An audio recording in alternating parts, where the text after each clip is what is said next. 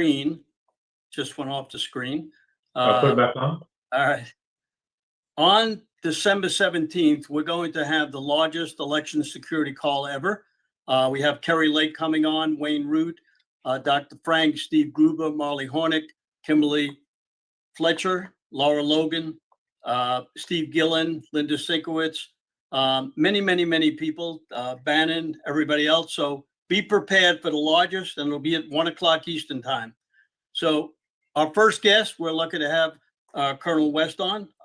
He is a former retired Army Lieutenant Colonel, former member of Congress from Broward County, I think, chairman of the Dallas County Republican Party. So we're happy to have you, Colonel, and go ahead, you're on.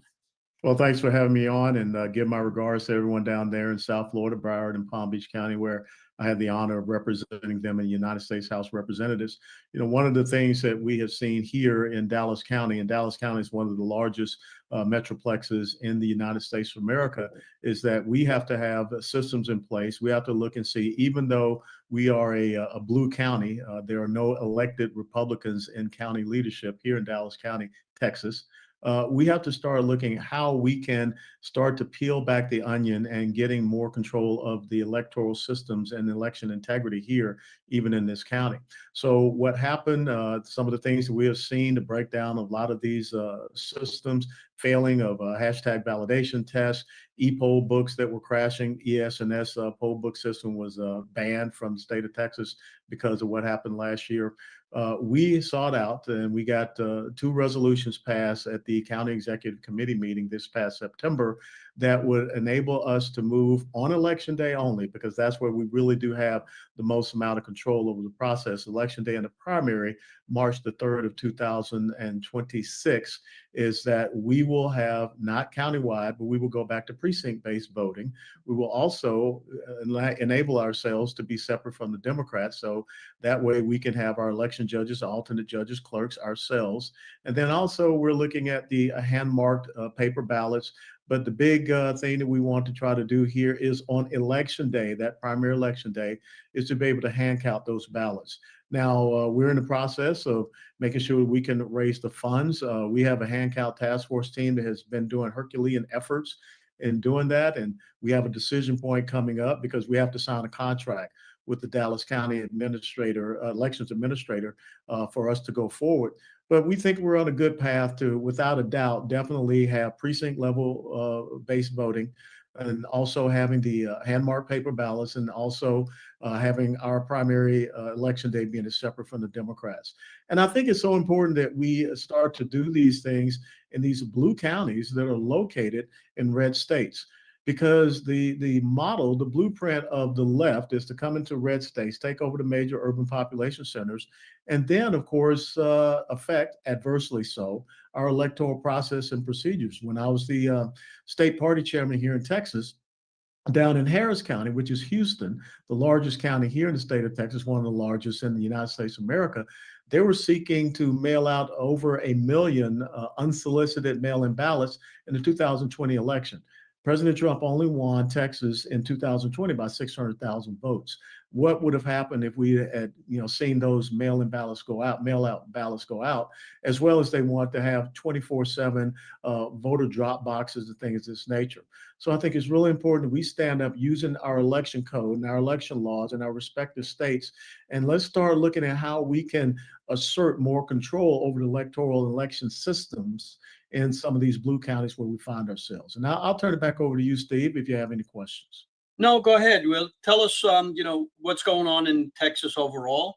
You got about 5 more minutes to talk. So I have a big concern. One of the big concerns I have out here in Texas is that 2 years ago, 74% of the Republicans here in the state of Texas said that they wanted to have a separate primary period. I mean, a separate closed primaries from the Democrats. Right now in Texas, we have an open primary, and that has some very adverse effects upon our election system here, because Republicans are finding themselves not being able to pick their own team.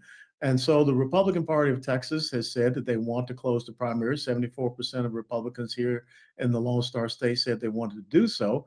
But for whatever reason, we have a Texas Secretary of State that has gone to a DC-based law firm and is going to fight against the Republican Party of Texas and their desires and their aims and goals and objectives to close the primaries here. So that's completely a violation, as has been brought up in the lawsuit, of freedom of our association. So pay attention to that. I do not know why the Secretary of State, Jane Nelson, would employ a DC law firm to stand against Republicans who said they wanted their primaries closed. And I think that's another one of the big things we have to start looking at all across the United States of America is let's start making sure that we're picking our team on that. That's what a primary is all about. And let's make sure that we have the best possible electoral systems that enable us to pick that team. So we've had, a lot of talk on Texas about illegal aliens and Mhm. coming through. Tell us how they're getting the legal aliens off the voter rolls and what's going on really in the south end where Yeah. the border was open for so long. Well, one of the good things is we saw 12 or 14 border counties that voted for President Trump in the last election. But the most important thing is you have to have voter registration roll review almost monthly to ensure that we do not have these illegal immigrants that are on the voter registration rolls. And one of the things that some of the astute members of our Dallas County Republican Party have done, they've been mailing out postcards to some of these addresses because this is open source information, the voter registration roll list. They've been mailing out cards, and they get some of these cards to come back, and that's what we call ghost voters. So I would implore people to make sure that you have voter registration roll review that is done consistently. And like I said, just see if you can get a hold, definitely at your precinct level, of the voter registration roll and start mailing out some postcards and see if they come back to you. So you as a former colonel and a lot of veterans, why aren't we getting more veterans to step up and work with precinct strategy, election integrity? Because I work with General Flynn and he's tried to get his people, and you've tried to get people. Why are the veterans stepping aside and not helping? Well, I cannot understand that because for me, the oath that I took on 31 July 1982 to support and defend the Constitution does not have a statute of limitations. And that's one of the things I'm part of an organization that is seeking to get more veterans out as poll watchers, poll workers, and even to run for office like we saw last night in a special election in Tennessee with a former West Point graduate and Army officer. So I think it's important, not just with the veterans, but if you talk to Ted Nugent, he will tell you that he's very disappointed with hunters and also gun owners are not, prevalent voters. But when you look at the left and what they're trying to do, we need to make sure that we have good, strong representation and electoral support from our veteran communities, from our 2A communities, and also from those basic hunting communities. We got to get back to folks, respecting and honoring our Constitution. So as a former congressman, what was it, about 10 years ago you were Congress, 12? Yeah, A it's little about more? 12 or 13. Right. So what's the difference between when you were in Congress and what's going on now? Well, back then you still had something that was called a blue dog Democrat. Now they're extinct. What I saw in my time was you were starting to move toward that leftist lurch, and they were going after and targeting a lot of these blue dog Democrats who pretty much are gone. Look at the person that ran on the Democrat ticket in that special election last night. So I think that right now let's maybe see this country less as a Republican and Democrat and see it more about two different philosophies of governance, constitutional conservatism, which is really classical liberalism, as opposed to Marxist ideologies, being socialism, communism, leftism. So we have a lot of people on that are on from Texas and all our podcasts and everything. How can people get involved in Texas? Because if you look on the Texas GOP, you cannot get anybody's phone number to speak to them. How would you get people involved? Because in many states we've run precinct strategy through with Dan Schultz, and we're trying to get more people involved. We have 400,000 slots, 200,000 people involved. Certainly, we need more people involved in Texas because they told Yeah. me you're only about 40% fill in a lot of counties. Yeah, one of the things that we are doing, we are looking at how we can, size down some of these precincts. Some of these precincts have been taken off the board, but we still have about 725, maybe 750 precincts here in Dallas County. You can go to dallasgop.org, dallasgop.org. You can learn more about the efforts that we are having here to go back to the precinct level voting and also the hand count with the paper ballots, you can, if you're a resident here in Dallas County, you can sign up to be a volunteer on election day. We would appreciate that, to come and help us. That's the main restriction. But if you want to donate to that effort, we do have a restricted account that those funds will go directly to that effort, but also support the party as a whole as we stand up to make sure that we are recruiting our judges, alternate judges, our clerks, and what have you, so that we can have a successful election day next year. Well, thank you very much for coming on today, and we'll try to get you on again. We appreciate your time, and thank you for everything you're doing in Texas. God bless you. Merry Christmas, Steve. You got it. You too. Raj, you want to bring down, we're going to have Dr. Persetti Malati and Stan Woodward. Dr. Malati is a surgeon. She may have some patients right now.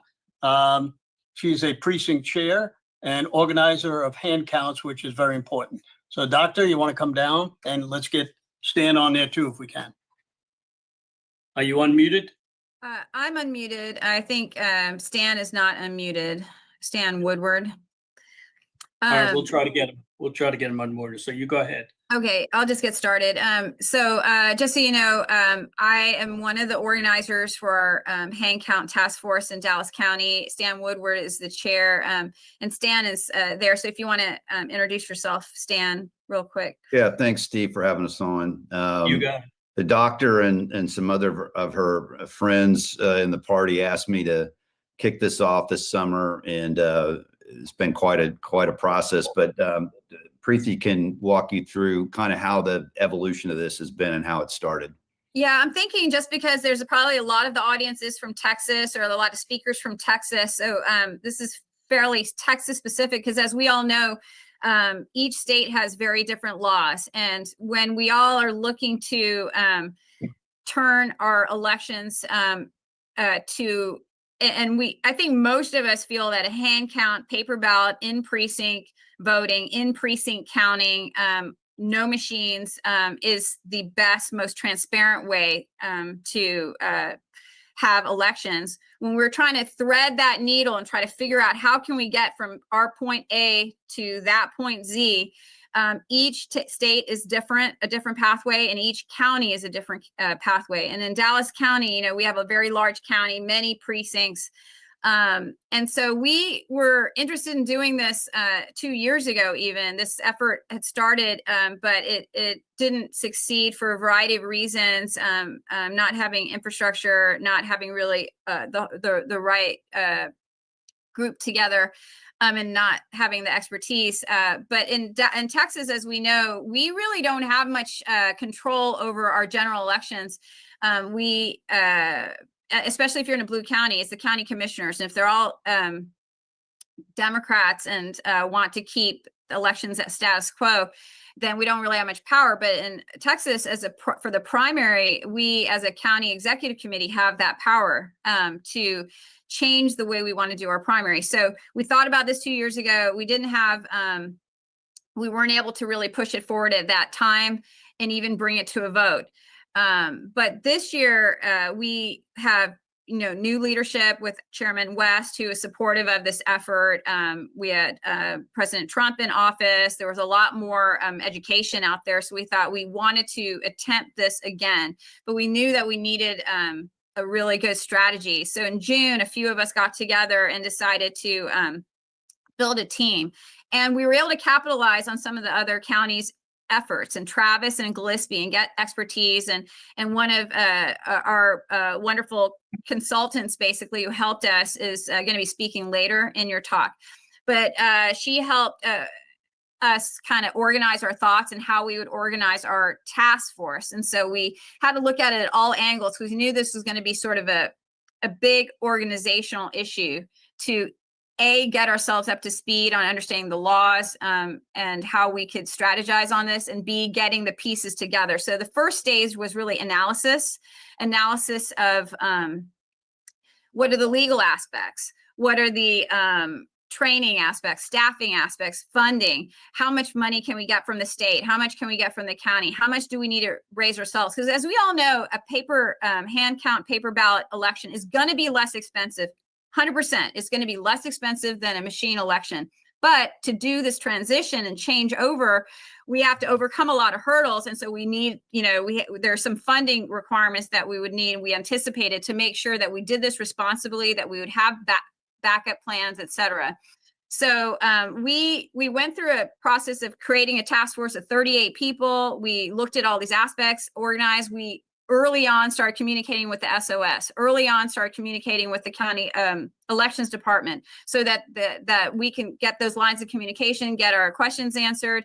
And we knew there was going to be delays that's going to be hamstringing us. And so we did that. We started educating also our own CEC. We wanted to build up towards our actual vote, because in Texas, you need a resolution from the CEC to then move forward. And so we were able to do that come September 15th. And that's when we had a vote. And we had a plan A and B, basically, that we have our full effort to move forward with the hand count paper ballots. And then we had a plan B of just at least making it precinct only. Now, one thing that you guys should know in Texas, we have early voting, absentee and election day. And the laws are very different for those processes. And when we looked for our county, we knew it was going to be almost too complex, have to go through too many hoops to be able to responsibly get early voting completed in our mind. So we decided to focus on election day, which is really the ideal one day. We wanted to also, in a way, if we could do election day, hand mark paper ballots, hand count in precinct, then we could maybe drive our voters to vote with their feet and come vote on election day rather than early voting. So that's kind of what our strategy has been. And I don't know if Stan wants to take it from here. So we got that vote, and then we've been putting the pieces together and working since September 15th on actually the implementation. And Stan may want to take it up from here. Sure.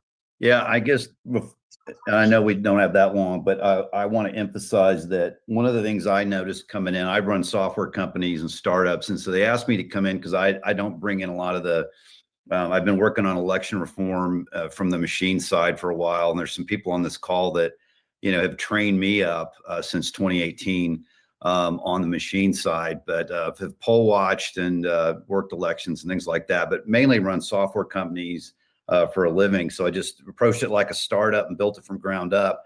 One of the things I noticed that's really encouraging, I think for everybody on this call, is in Texas, I don't know how it is in other states, but in Texas, the counties, other counties really helped us out a lot. Like took our call. We still do. We have conference calls with other counties. We all are not using exactly the same method to either tally or count or aggregate. It doesn't really matter. What's important is that in the past, there might have been differences and maybe even turf battles. I don't see any of that. I see everybody cooperating and trying to get on the same playing field with how to work through these landmines and the law and the precinct challenges and the like, for example, combining precincts. We were allowed to do that this election.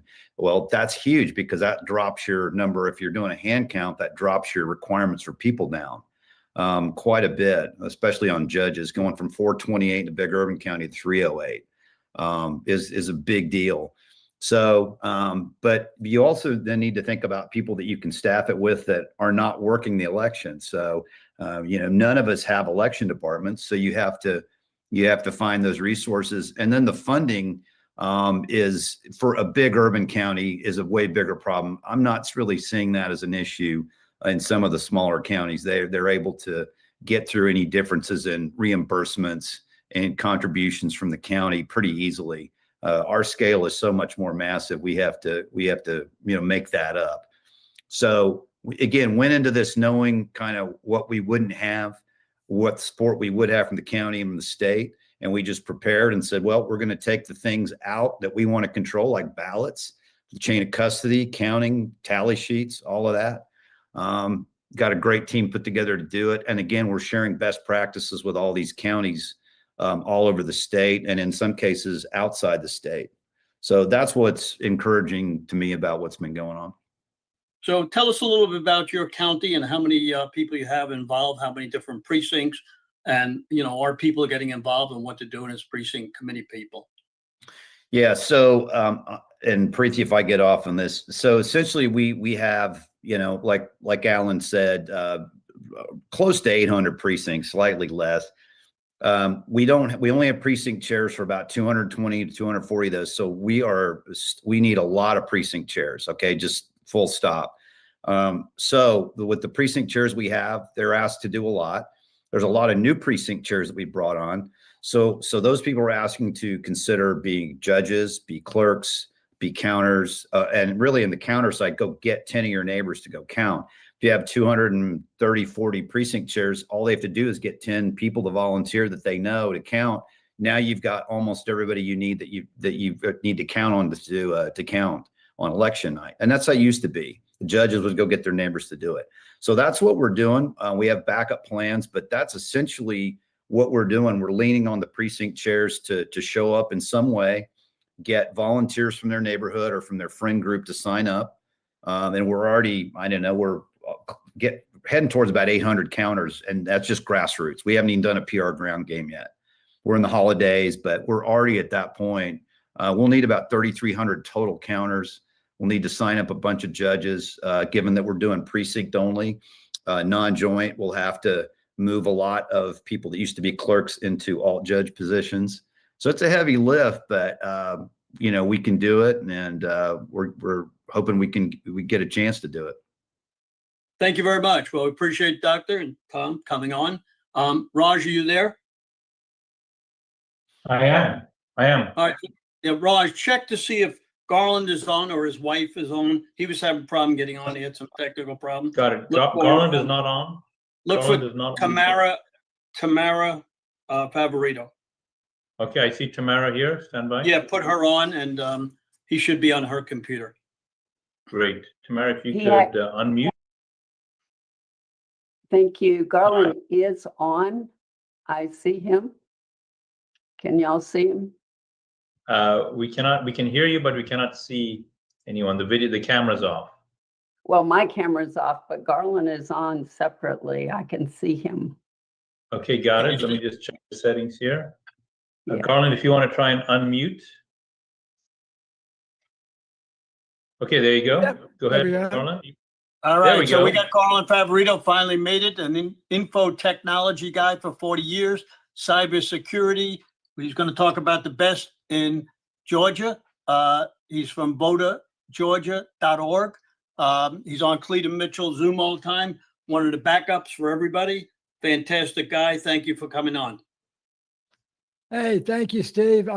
So just in about 10 minutes or so, I want to just let you know that we have things are moving in Georgia. And Tamara can possibly add a little bit to this. Most of the things I want to talk about, we just went over last night.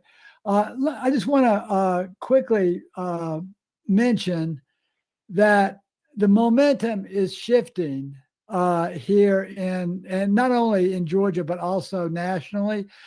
President Trump, as y'all know, has posted about the Dominion Smartmatic Venezuelan and Cartel de la Sol's connections. This is things that we've known about since January, and finally, Trump is actually mentioning these things. He's posted, as y'all know, that he's going to lead an election integrity initiative with more executive orders. We're awaiting those. But in Georgia, this week, the Fani Willis criminal case against the president and 18 of her political adversaries was dismissed. So that is a huge thing. This has been a 3-year ordeal for all the people involved, at least 3, maybe 4. Fani Willis went to the Fulton County Board and said that she wanted to reduce the murder case backlog in Georgia and needed an extra $5 million a year. She turned around and spent that money to indict 18 of her political adversaries. We were the first ones down here to call for her impeachment, and then we are going to continue that effort in the next session of the General Assembly. So a few of the accomplishments we've had, I think this will be of interest to everyone on the call. We have filed a petition with the Election Assistance Commission to vacate Dominion Democracy Suite's 5.5A certification.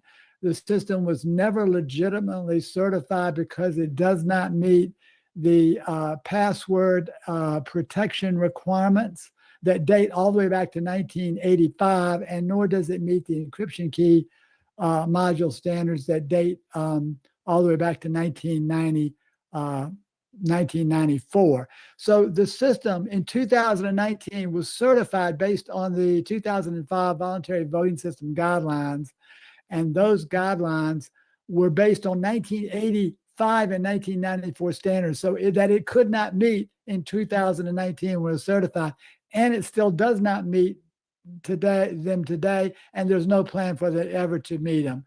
So we have filed that with the EAC. They have agreed to look into it, but they're not going to move fast enough for us. So we're probably going to take this into federal court in the next few days.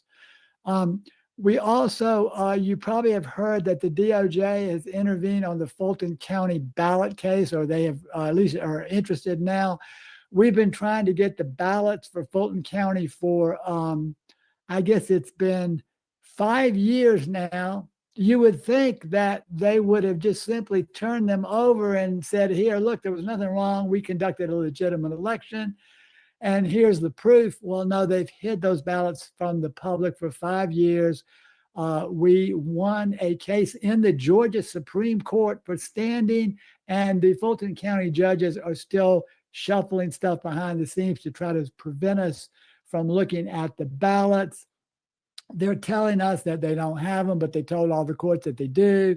There's a whole big mess there, but we have reached out to the DOJ, and we've now got both the criminal and civil divisions of the Department of Justice of the United States seeking the ballots. So seven different entities, including the state election board, and 2 or 3 civil cases, are all wanting the ballots from the 2020 election. So now we've got some DOJ help.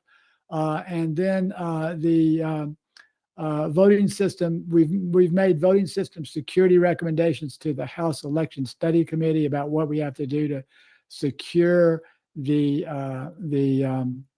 elections here in Georgia. That's an 80-page document. It's on our voterga.org studies tab. That is all underway. And hopefully when we get all this stuff, we can maybe start looking at solving this national election security crisis that we are under. So that's a quick update, Steve. I'm not sure how I'm running on time. Yeah, you got about 5 more minutes, so you can keep going. Okay. Well, the other thing that a lot of us have been working on, we're waiting on the.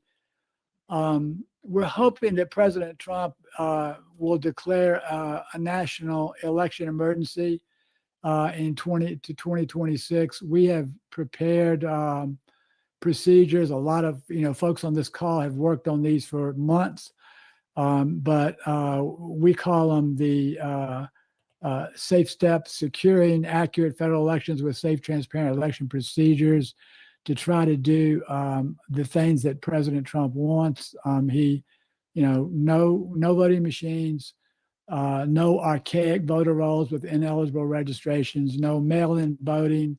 That can easily be accomplished with a change with a designated deliverer instead of putting ballots in the mail. So those are a few things that we want to mention. And in addition, Tamara might want to add a couple of points here, but we probably ought to mention Tina Peters. She is still in prison. I don't really quite fully understand why she cannot be put in a federal witness protection program. But I think everybody on this call probably knows that Tina was unprecedented. It was she was convicted and in prison for 9 years. He has no criminal record, has her case under appeal, and is for victimless crimes of all related to observing a Dominion voting system upgrade. That is, I think, unprecedented in American history for someone to receive that kind of harsh punishment. It's really, really unprecedented and unheard of, and it's disgusting. I know everybody was called sick of it, but I think we were asked to call the White House switchboard number, which I believe, Tamara, do you have that number handy? I know that we've got that somewhere. Let me see. I think I've got it right here. It's 202-456-1414. Maybe we could get that in the chat. I'll try to get it if somebody else doesn't. And just to call, and we've left the messages on the Attorney General hotline. We've left them on the White House hotline. And now I think the last strategy that Juan and some of the folks wanted is to just tie up the switchboard until we get Tina out. This is absolutely absurd. Every day that this goes on is a day in which our adversaries count as a victory. So we need to really get that done right away, and then follow that up with, resolving this election security crisis.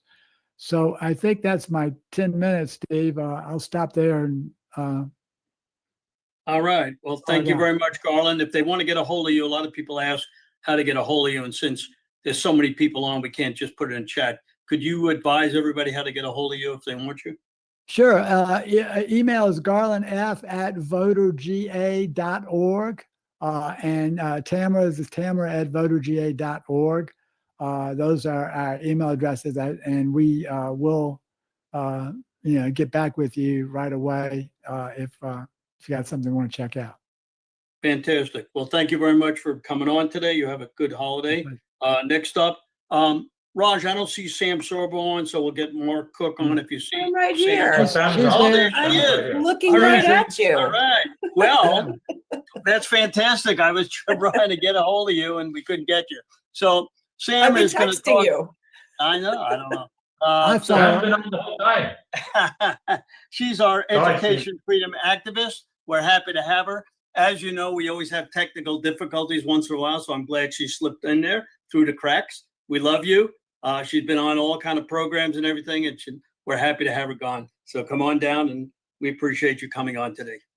Well, I appreciate you, Steve. Thank you so much, and Raj for giving me a small platform, or a large platform, I should say, to share a little story. And actually, this goes a little bit off of the last, the Tina Peters story, because it is parallel. It runs parallel to that story.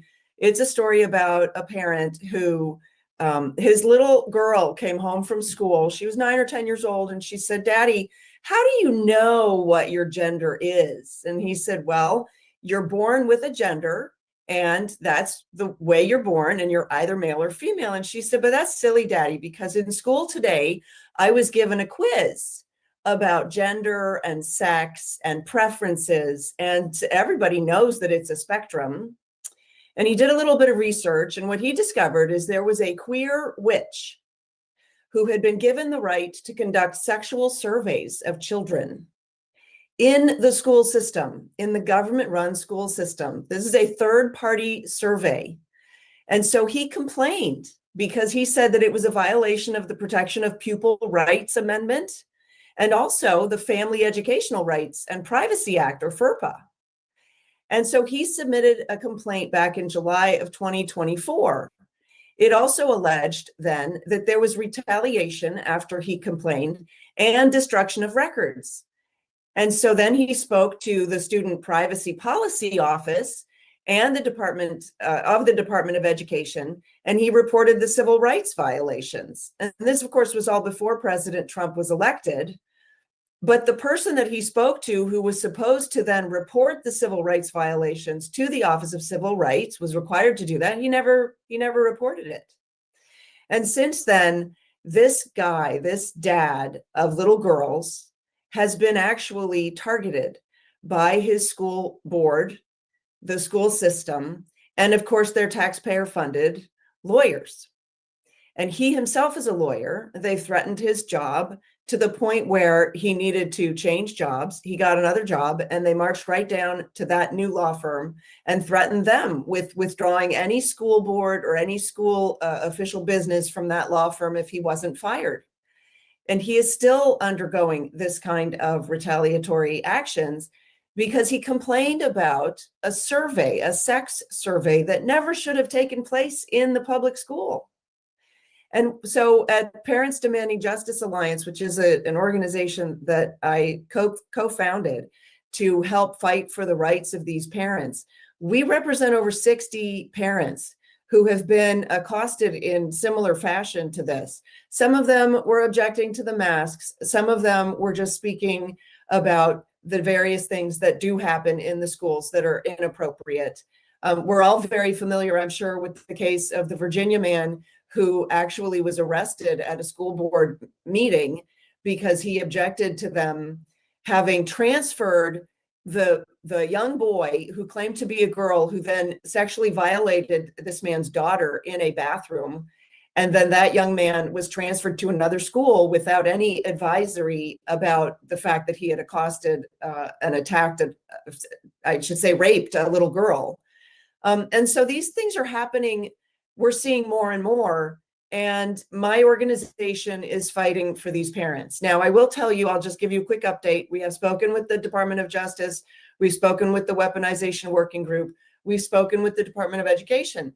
We've spoken with the Department of Domestic Policy in the West Wing. We've spoken with, Kash Patel's office and Tulsi Gabbard's office even, and many of the places in DC. And I'll be perfectly honest with you, we're getting quite discouraged because it seems we're not getting any traction. We did have a hearing that was scheduled with the Department of Justice, with Pam Bondi's office. And then, of course, the Democrats shut down the government. And between you and me, they won on that. So, and I see here that somebody's asking what this has to do with election integrity. It's a good question. Basically, the idea that Tina Peters goes to jail for standing up for election integrity, this is right alongside the same lines as that. We need to restore law and order. It's actually bigger than election integrity in a sense. And yes, election integrity is absolutely crucial, because if we don't have safe and fair elections, we don't have a country. But honestly, if we don't have rule of law, we don't have a country either. So, I wanted to bring you guys all up to date on that. I would ask you very kindly to sign our People's Tribune Council letter to the president. This is a letter that we've drafted to ask for the president's intervention in these cases. There are a lot of cases like this where, because I would say even because he drafted these executive orders and he said, you guys are going to stop doing this, they've actually doubled down and they're doing it more. And that's what we're discovering. So now not only are they going after the parents, they're doxing, they're going after the children now. They're accosting the children in their places of business, or, where they're working their part-time jobs or whatever. We've seen this a number of times now. And so we've drafted a letter. I'm here to ask you to please go to samsorbo.com. It's the header. It's just a link that you click on and you can sign this. Basically, it's a letter. So you're signing on as a signee of the letter that's going to go to the president. It will be published throughout. And we're just trying to get something done for the people of the United States of America, frankly. The Weaponization Working Group was enacted specifically for this. And yet then they took Ed Martin and they put him on Comey's mortgage fraud, which made absolutely no sense to me. Beside that, of course, I'm an education freedom advocate. I certainly advocate for children not to go to school because, frankly, schools are now so abusive. You have no control as parents. And so if you want any information on home education, also my website, samsorbo.com. And I can type that in the chat right now, and then I will close with that. I want to thank you very much. We need to protect our parents because they protect our children. Oh, thank you for throwing my website up there. I appreciate it. Well, thank you, Sam. I know you do election integrity. Your son is working one of the candidates. You're on TV. Your husband is on TV. Great actor. You always help us whenever we need it, and we certainly appreciate it. So even though people, say, why is this an election integrity? You do everything, and we're happy to have you on today, and hopefully people will go to your website. We have millions of people on this today. We try to bring a little bit of precinct strategy, a little bit of education on. So thank you very much for coming on. Thank you. Raj, I'll turn it over to you. God bless. Thank you. And Sam, if you could put the link to the actual call to action on your website, that would be great as well. Put that in the chat. Raj, we got a few minutes, so talk about Oh, you're Defend muted. Florida, what you guys are doing, et cetera, and then put up that little, explain to everybody that why we put up a little commercial now and then. Yeah, so thank you guys for, again, you're about to see an important message. The reason why I say it's an important message is this call that you're part of. Thank you first of all for being on this call. You're in the Zoom audience. What you may or may not know is Steve's team has acquired and built a network of podcasters, and they are restreaming this particular event on their channels. This is not limited to the United States. It's actually in many countries overseas. But all of this takes a huge amount of money and effort and time. And so what we want to do, we're very grateful for the participation of Steve's boss, his son, who is the CEO of his company. And he has a product here that we'd really like you to take a look at. So I'm going to share the screen. Please take a look at it. This is an excellent opportunity, especially with Christmas coming up here. Talk about a fantastic gift that will not just be something that you can give to people in your life, but is going to turn around back and help fund this program here that you're looking at. And I'm going to put this on screen here. The product is called One Thrive, and it says Command Your Life. Take a look.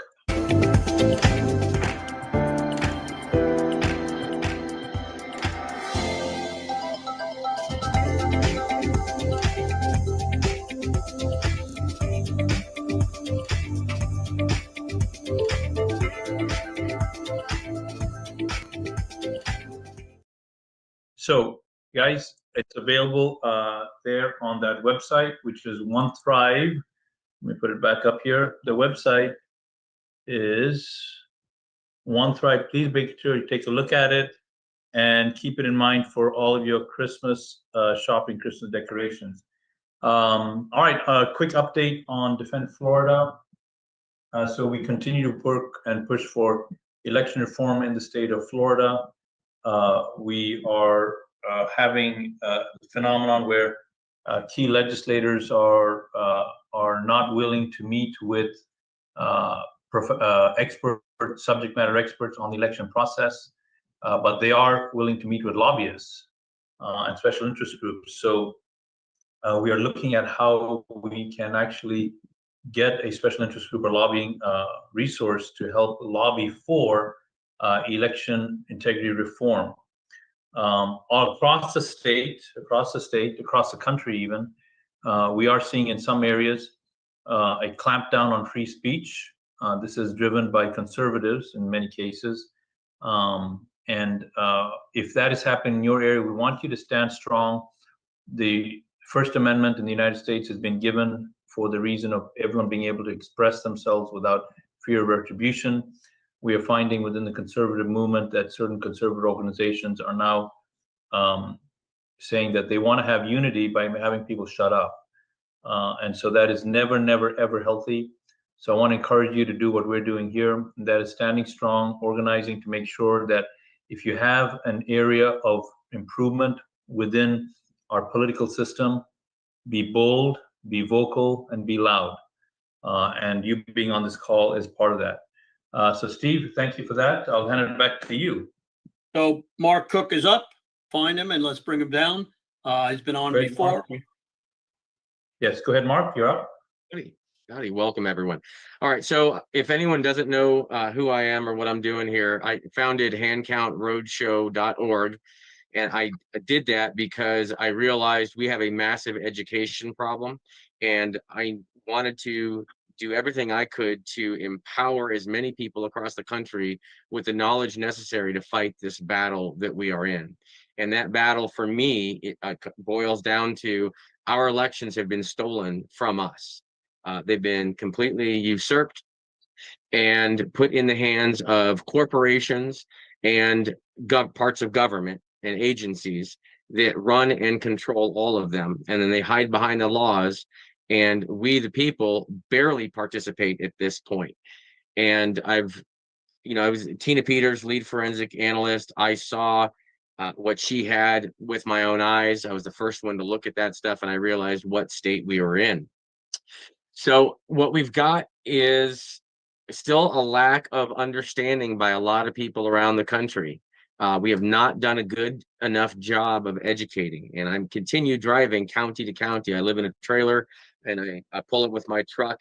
I've been to probably 30 states at this point, and I'm going to continue this journey for as long as it takes, at least another year, if not two, possibly all the way up to 28, to educate as many people as I possibly can. And not just the citizens, but I enjoy meeting with election officials while I'm in town, or county commissioners, city council, sheriffs, everyone that I can directly interact with and bring this information, because a lot of people aren't seeing what we see online. They're not in our echo chambers, and they are absolutely clueless about a lot of this. And I know it's hard to believe, because we are in a nice large echo chamber, but it is just an echo chamber nonetheless. So we've got to really work on breaking out of that and educating the middle American, so they understand what the problem is. Because when we've got the people in the middle, that huge group in the middle, really pushing for change, we're going to get a lot more change. If our small group is pushing, we're going to be fighting pretty hard to make that happen.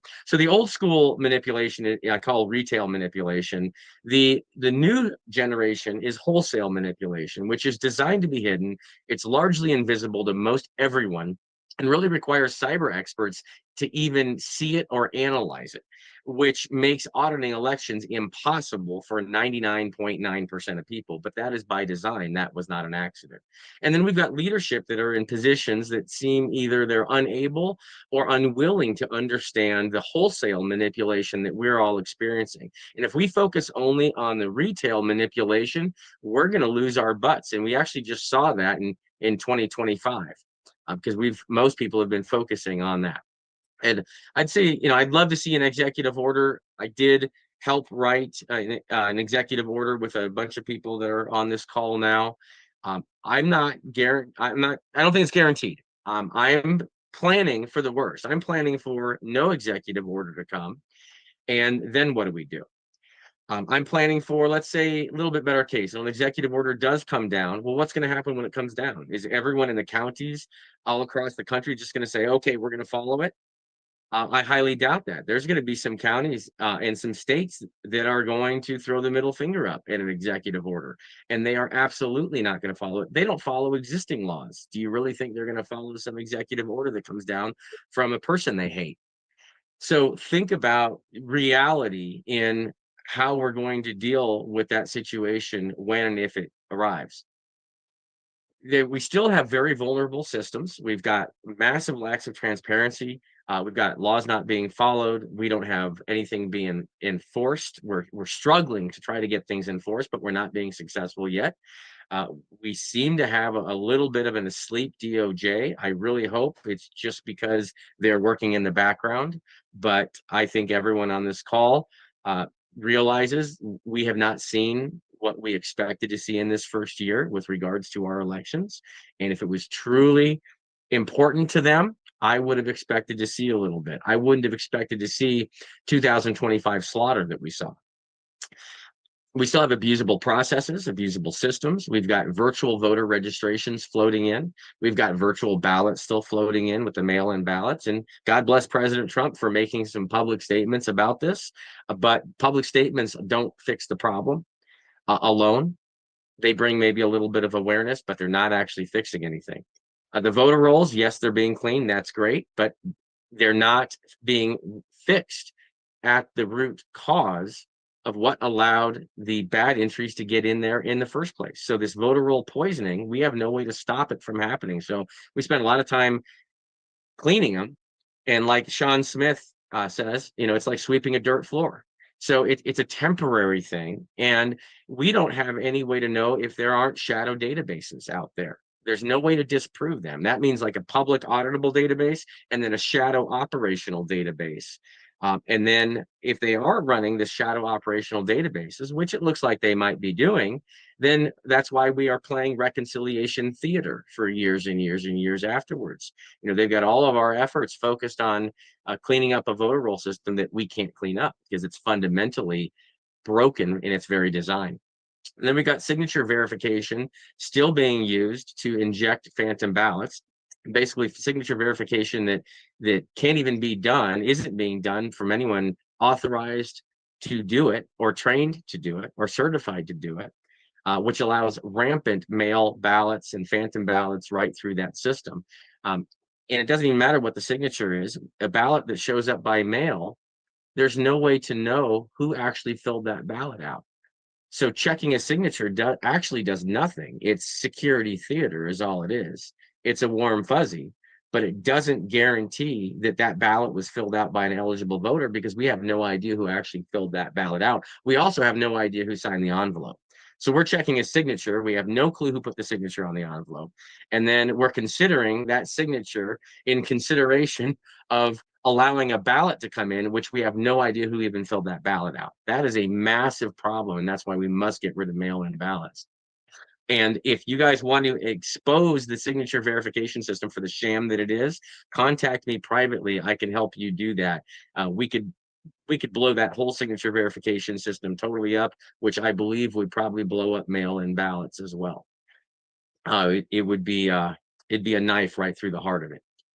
There is no transparency in tabulation, electronic tabulation, as we know. So God bless everyone that is forcing the hand count processes to happen, even if it's a parallel hand count like we did in Searcy County, where the state required the use of the machines, but the county said, okay, well, we're just going to hand count all these ballots afterward anyway, after they go through the machines. That is a great idea. And if people can make that happen, it'll get us much closer to the final solution. Plus, if everyone knows, the bad actors know that you're going to be hand counting all those ballots, they're probably going to leave your county alone because they know they'll get caught very easily. It gives people an ability to practice the hand count procedures and grow a group of people to be able to do that as well. Election night reporting has been pretty much ignored in this 5 years. It's still blindly trusted by a majority of this country. And the election night reporting is a problem. It's a central area where all these individual results flow from all the counties in the states through this ENR system that is run by a couple companies, a handful of companies and an organization, and then the rest of the country just blindly believes whatever comes out of this. So if any of the companies involved in the ENR process wanted to skew results or cover for skewed results, we have no way to detect that. And it's very simple to protect us from that, but we've got to start taking some action to do it. All we need is a parallel citizen election night reporting system. An ENR system, totally separate of the networks, totally separate of Edison, totally separate of the newspapers, one that the citizens go get the results right from their counties, and we report it in our own system to ourselves, and we aggregate all the totals to see what the real state totals are and the real federal totals are. And if you'd like to be involved in putting that together, contact me directly and I'll get you involved. We also have the, yes. Tell them how to contact you directly. Contact me, number 303-990-2660. And I can put that in the chat as well, 303-990-2660. Oh, I missed that one. We'll get there. All right, fat finger there. All right, so I only got a minute or so left here, so I got to go quickly here. 1 minute and we got to go. Okay, so the dangers I see, you've seen this whole thing about Liberty Vote being better because it's not Dominion anymore. It's exactly the same under the covers. Don't fall for that. The Venezuela stuff that's going on, be very careful there as well, because that has an ability to distract from known proven existing abuse vectors. It also keeps the money flowing through the existing systems. It crowds out the credible reformers like the rest of us that are screaming about all these other areas of abuse. So we need to focus on that as well. We need to make sure we push the counter narrative on that. It's not just about Venezuela. If we fix Venezuela, and let's say Dominion was manipulating things, great. That doesn't fix all the other abuse in our system. So we have to focus on all of the other areas and not this one, let this one cloud over everything else. And then, of course, we need to end mail-in ballots. We need to let our data go initiative. We need to train poll watchers and reporting systems. We need to bring back exit polling, make election day great again, hand count army, the progressive election platform, and then end mobile voting. So contact me for more, please. I've got a lot more I can go over. Thank you very much. Next up, we have Darrell Day, a Dallas election activist and former city councilman, among other things. Go ahead, Darrell. You got to unmute. Darrell, if you could hit the unmute button on your computer, bottom left corner of your screen. There you go. Do you have audio now? Yes, Yeah, sir. we're good. Hi, good to be with you all. And kudos to Mark Cook. The Hand Count Roadshow has been a tremendous success from what I've seen. I think it helped light the fuse in Texas to start a lot of counties hand counting ballots. So kudos again to Mark Cook for what he's doing. And I'm a MAGA guy, but I'm also a Mesa guy. Make elections secure again. We've gone in 100 years, we've slowly moved from very secure elections to convenient but very insecure elections. 100 years ago, New York cops on the beat actually went door to door to verify that everybody living there was actually a registered voter. So we've gone from that to, I know people who've received 10 mail-in ballots at their houses. I know other people who received mail-in ballots for their parents who died several years before that. And then the machines, there's a man who programs voting machines, and he told me that he could program a machine to give you virtually any result that you want. So that's the extent of the problem. I've seen the pendulum start slowly swinging back toward more secure elections, but obviously we've got a long, long way to go. And we've got to make it a nonpartisan effort, I think, to start with. There are Democrats, I think, moderate Democrats, who probably support the effort for secure elections, because I've seen races where the moderate Democrats maybe got screwed by the skullduggery behind the machines. So, and there was an effort in Texas for petitions from both sides. It was a nonpartisan effort. MyVoteCountsInTexas.com was the petition drive. I think they got over 200,000 petitions. And again, from Republicans and Democrats, from people saying they demand secure elections. They want safer elections. And I think a lot of people around the country slowly, grudgingly have come to realize that we have a problem, but now we've got to take the next step, which is to show them a solution. One of the efforts in Dallas, and Colonel West and Stan and Dr. Malati talked about this earlier, was implementing hand-counted ballots in Dallas, which will be the largest municipal area doing hand-counted ballots. And the system they used, they brought the precinct chairs in to try it out. And if you can play bingo, you can use this system. It's very, very simple. Almost everybody who went through the training, and they actually sat down and counted sample ballots as part of the training, and they all said, wow, this is foolproof. This would be hard to mess up. And this is so much easier than I thought. So if people think it's really, really complicated, they just need to sit down and go through one of these trainings, and they'll see how very simple, like I said, you can play bingo, you can do this. Secondly is the expense. I mean, a number 2 pencil is quite a bit cheaper than a $30,000 voting machine. So we've, along with making things supposedly more convenient, we've also made things more expensive, and we've got to start moving the needle back in the other direction toward maybe a little less convenient, but more secure, and we've got to do that. For example, Germany and Canada now have outlawed the voting machines. Why haven't we done that? I mean, we pioneered self-government. Now we need to pioneer secure elections. We have to codify the act that President Trump signed back in March. The name of it was Preserving and Protecting the Integrity of American Elections. It was a pretty comprehensive executive order. So far, Congress hasn't done anything to codify any of the measures in that executive order. They're all common sense measures. They will all work to make our elections more secure. A lot of people around the country are clamoring for more secure elections. Obviously, we all saw the problem in 2020. So we've acknowledged the problem. For God's sakes, let's start moving toward the solution.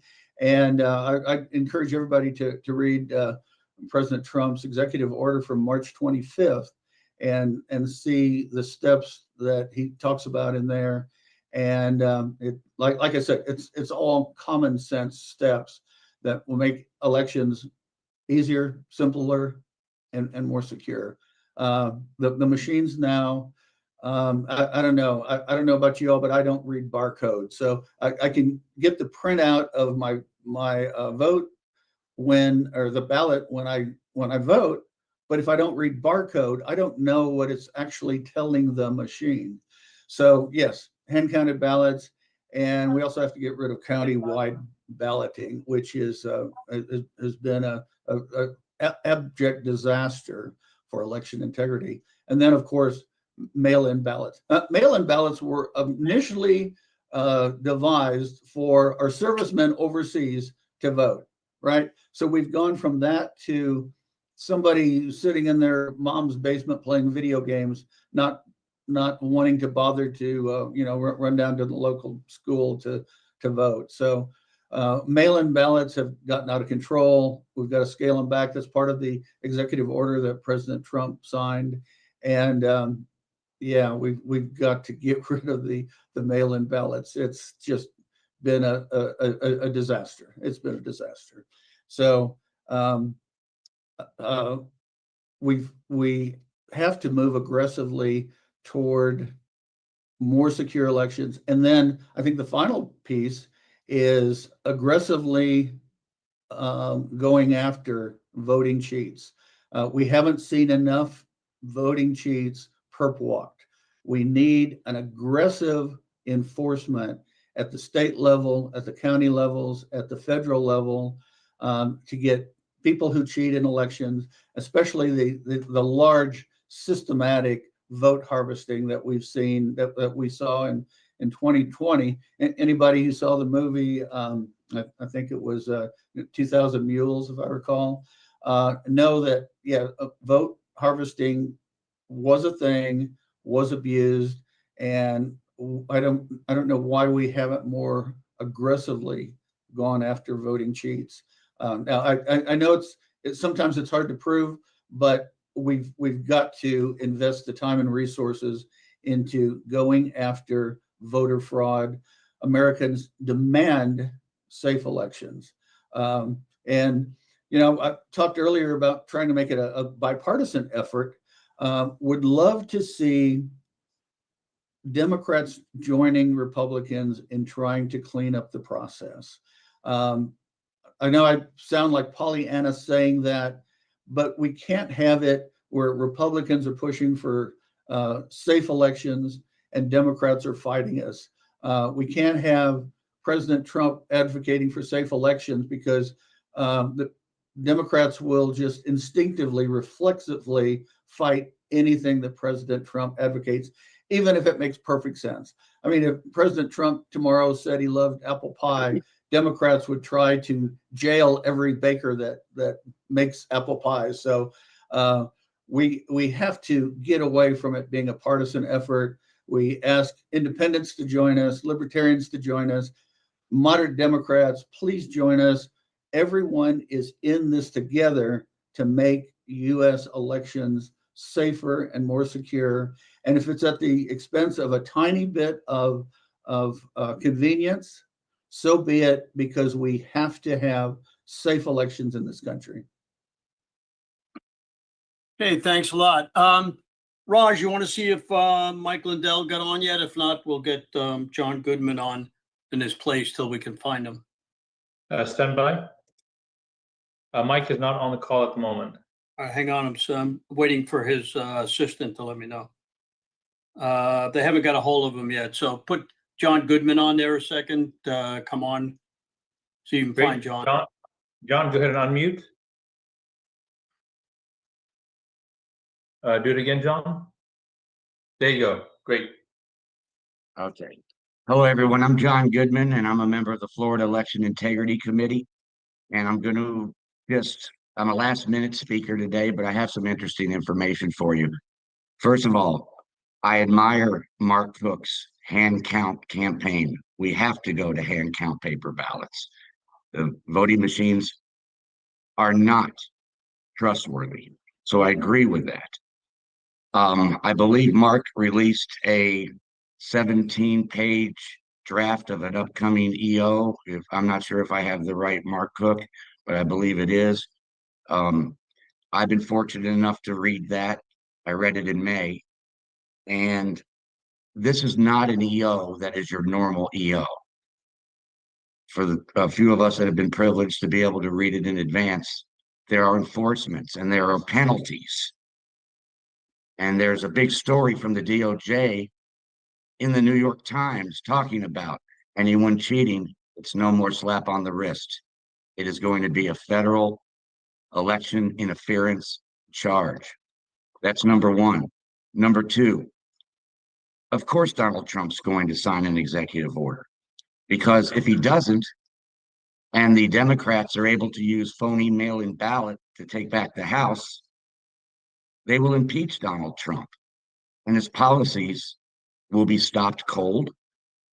And they will, as Ms. Sorbo said, increase transgender in schools.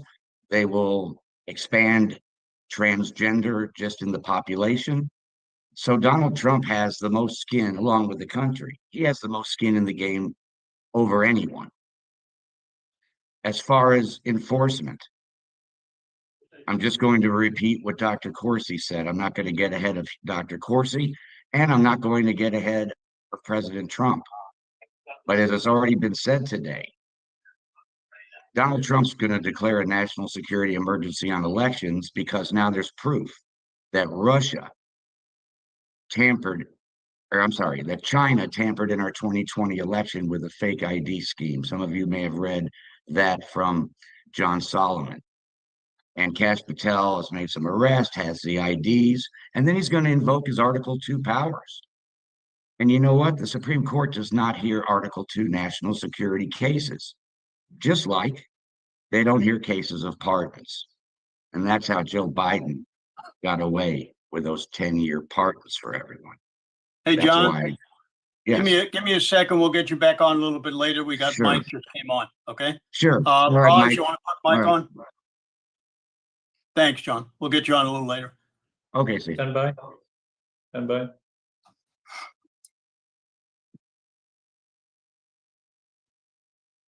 Hi, Mike, go ahead and unmute if you would, please. Mike Lindell, please unmute. Hello, can you hear me? We Yes, can. sir. You're looking good for an All old right. guy. You guys, I'm very sorry. My phone is blowing up. You might have seen it out there. The Star Tribune put a thing out that I'm running for Minnesota governor. It's all over the news right now, but I wanted to get on here and tell you guys the truth. I said about 2.5 months ago that I was 90-some% going to run, and we got up to the point this week where my campaign manager, he said, Mike, I have to go file this because of other things that have to be done. We have to be proactive. But next Tuesday or next Thursday, I'm doing a national press release from My Pillow headquarters, My Pillow factory, which we were going to talk about how My Pillow with Arctic Frost, we were doing a press conference then, but now we're going to combine it with the announcement of the governor one way or another.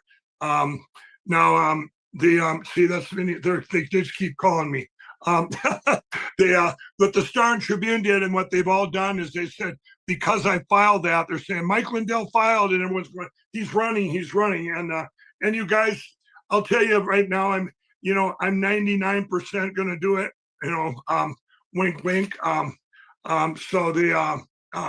But we've got to. There's two things that have to go down first. One is It's a personal thing. The other one is one more logistic thing. But the bottom line is we were running out of track where at least we had to file that committee. So it's not all bad that it's out there in the news. It's not going to hurt, but I wanted to, I just wanted to let you all know that because you're going to see that today and wonder why I didn't bring it up. But anyway, that's why I was late getting on. But I want to tell you and one of the things too, there's a couple things. By running, I have access to the source code in the Minnesota machines immediately, by the way, everybody. So in the voting machine. So this is, it would be a little added bonus when it, and the other thing I wanted to get on, I want to tell you guys with the successes in Texas, you might have all read the president's truth that he put out 2 days ago, or maybe it was yesterday morning, about Dallas County. And I called him and we talked about, I said, sir, you have all these counties in Texas, including huge Dallas County, which will set a precedent. They'd all voted out the machines and voted in paper for the upcoming primaries here. Dallas County will set an example for the whole country, and that it can be done with a big county. I did get a message from them 20 minutes ago. They needed to raise, I believe it was $500,000 to do this and get enough volunteers. I think they got the volunteers. They're 150,000 short at Dallas County. I've got calls with them. And hopefully they can get that this week because they're getting pressure by obviously every entity under the sun, the Uniparty, the media, everything's attacking them now that they know that they're going to do it. And it went kind of nationwide because of the president's great truth he put out. But I'll tell you, when he did that, another county in Texas, I think it was Kern or something like that, they were voting that night. They're basically voting whether they were going to withdraw it. And these people held the line and they were courageous because of the president's tweet. And I see some things coming here. Thanks for mentioning Dallas County. I told the president is so on board. This is his number one priority. He's told me straight out, and he's told the country, he did last week. He said, hey, our elections, we've got to get to paper ballots, hand counted. And then he puts in his little sale pitch. They're 10 times cheaper, all this other stuff. You guys, he knows that if this election, these midterms, if it's stolen, it's over. Everything will be in vain. All the fights we've all been doing, everything we've done up to this point, but it's great that he's on board. And you even seen Elon Musk put out, I think it was 3 days ago, he throws it out every once in a while. Hey, we can't use computers. We've got to go to paper ballots, hand counted. It's so important. And I believe he's seen a lot of the stuff. I think even seen it last spring when I turned everything into the government, book this thick, 2 inches thick of all the stuff we've had for the last 4.5 years have discovered. But Elon, if you remember a year ago last summer, he said, elections are no place for machines. They got to go. Someone put in the chat. So they do still need some volunteers too. You guys, let's get them. We got to get the word out. We get one shot at this. Dallas County will set a precedence and a prototype for the whole country. And having our president just keep putting out, I told him, said, we've got to keep magnifying our efforts. And he knows that. And he's doing everything he can from the top down of all the stuff that's coming out in the news and or out of the DOJ and everything. Which brings up too, I want to tell you guys, and in the old days, you'd be banned for this there, Steve, what I'm about to say. Let's talk about the couple lawsuits that are still remaining out there.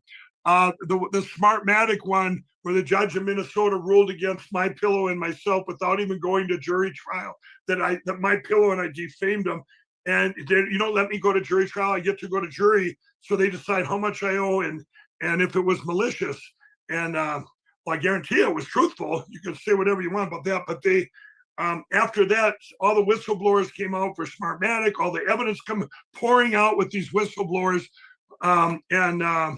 And then also that Smartmatic was criminally charged as a company, I think all over the world, Philippines, everywhere. Well, they it's kind of funny. How do you defame the mafia or whatever, you know? So there is that we're going to be bringing that back to that judge in Minnesota and saying, I hope it's like my cousin Vinny saying, in light of this evidence, case dismissed, right? And then, but the other one you all need to be very aware of. This is really important that you all know this. Don't be fooled by Liberty Vote and Dominion. I'm telling you that this summer, this guy that came out in the news, this GOP, this Republican Liberty Vote, he's going to call it bought Dominion, and part of that is Dominion's going to drop all their lawsuits.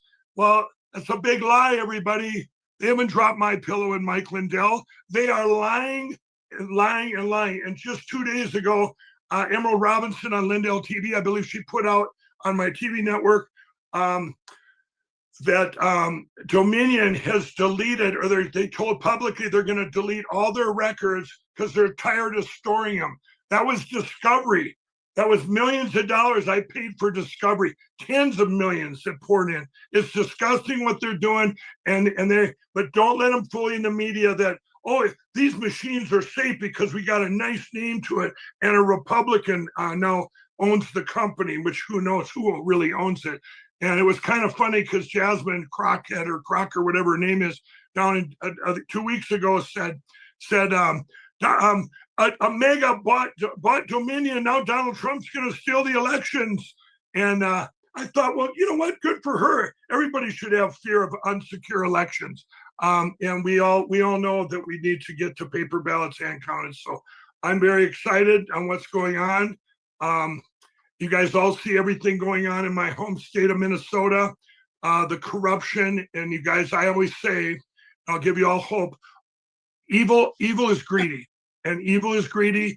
And all that stuff being uncovered is actually a good thing because it's going to uncover so much more of all these illegals that are in our country. Kristi Noem came out 2 days ago and said the Somalians in Minnesota, she said 50% that they checked so far have overstayed their visas and all this. And these people that, you know, hating our country, but yet stealing from, now who did they steal? So they steal $1 billion from all of us as taxpayers. Well, let me tell you this, everybody, who did they really steal from?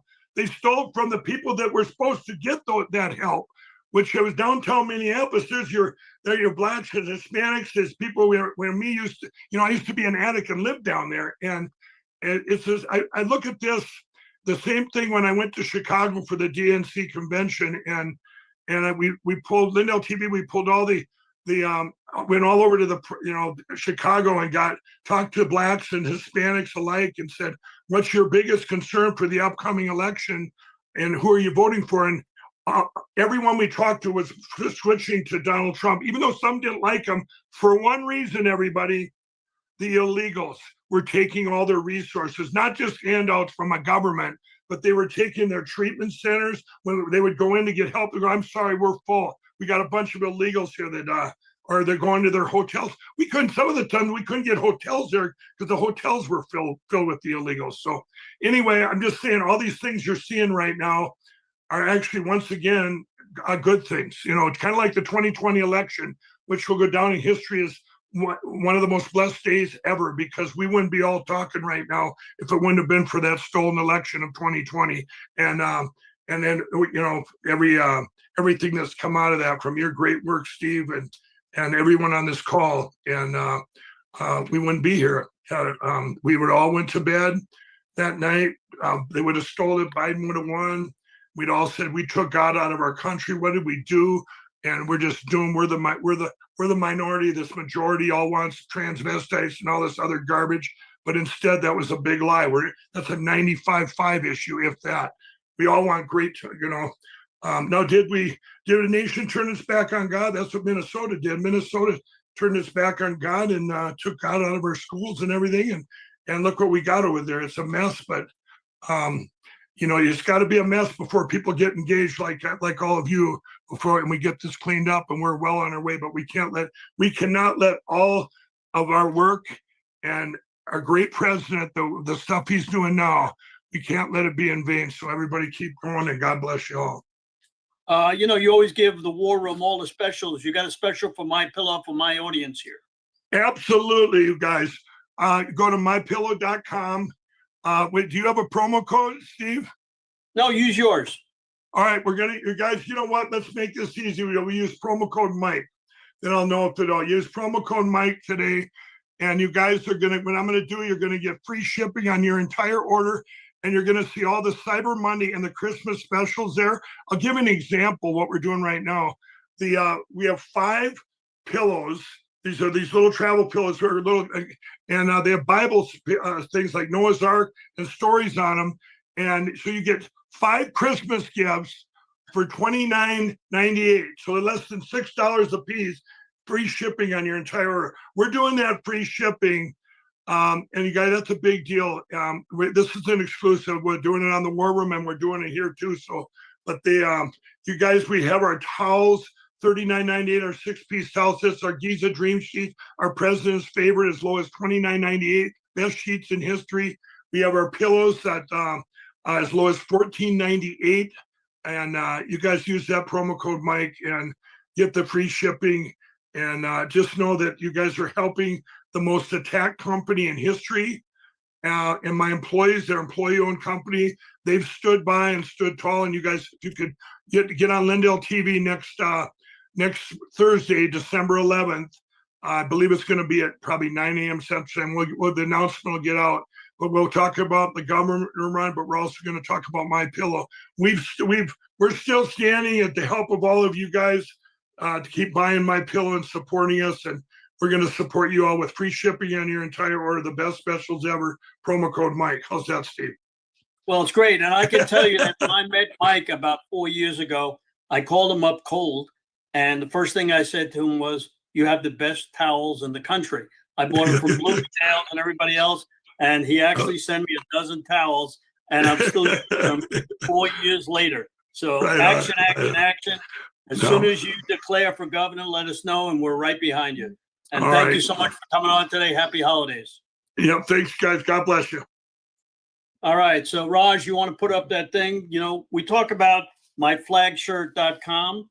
We're going to put a little video on, but if you guys go to www.theflagshirt.com, I'm going to show you something. I'm not sure, Raj, if you can put the screen on. This is the biggest thing we had after we see this. Go ahead, put that on, and I'll talk about this.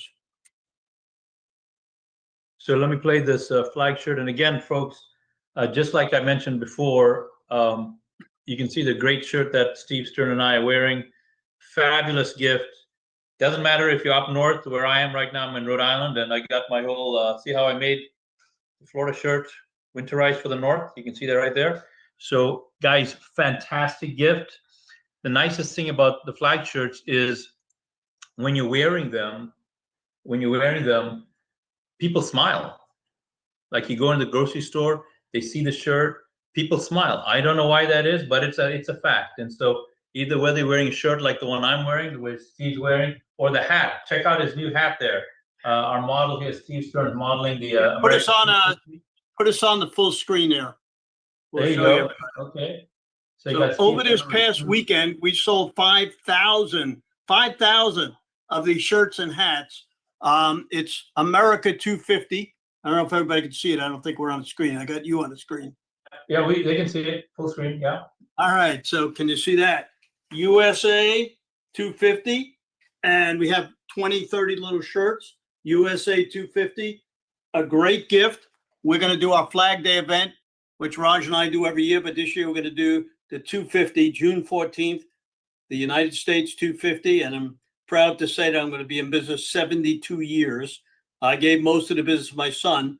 And if everybody could get a flag shirt for Christmas, that would make me very happy. So play that little video. It cost us thousands of dollars to put this on. We have 9 computers streaming this all over the world, actually. General Flynn told me he had 4 people come to him at a thing, one of his conferences, and said, we've heard this in different countries all around the country. So we want to thank everybody who's streaming it. We'll talk about it a little bit later. Go ahead and show that. And here you go. Here's the shirt. What defines the American spirit? preserving life, liberty, and pursuing happiness, caring for the nation we call home and its people. As patriots, it's our duty to drive the entrepreneurial spirit, pushing hard, reaching for success, sharing patriotism, because the American way of life is for all to live. The Flag Shirt, where freedom reigns. So 72 years of doing business with the Flag Shirt and other things that we do. We've been very successful and we give it back. I'm spending 12 hours a day on patriotism. In the background today, Steve Bannon said, one of the greatest guys. We appreciate everything you do with the grassroots. I'm on the phone continuously with everybody all over the country. I want to thank everybody who has come to me and also thank me for what I'm doing, but also to let me know they appreciated the fact that we keep doing this. Also, I had a back operation, as many know, and a lot of people texted me, emailed me, but I'm doing great. Had one of the best surgeons. All I can tell you is be careful when you get any of your family in a hospital. You better be there 24/7 because the hospital can kill you. So thank you, everybody, for coming on. Our next guest is going to be Dr. Jerome Corsi, who's going to tell you some great facts. You see him over there, Raj?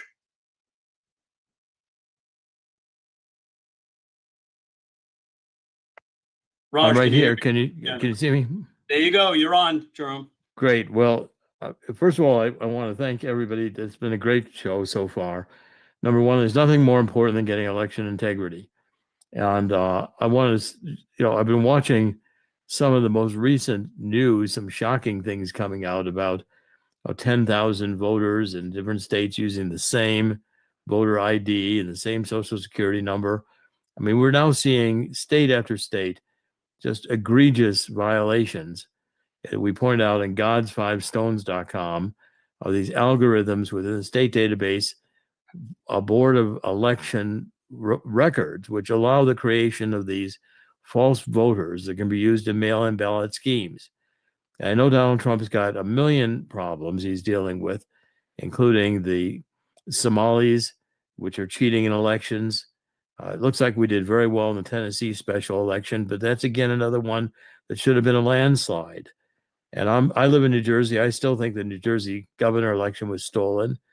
If we do not get to eliminate mail-in ballots in this general mail-in ballot scheme, we've got to go to proof of citizenship to vote.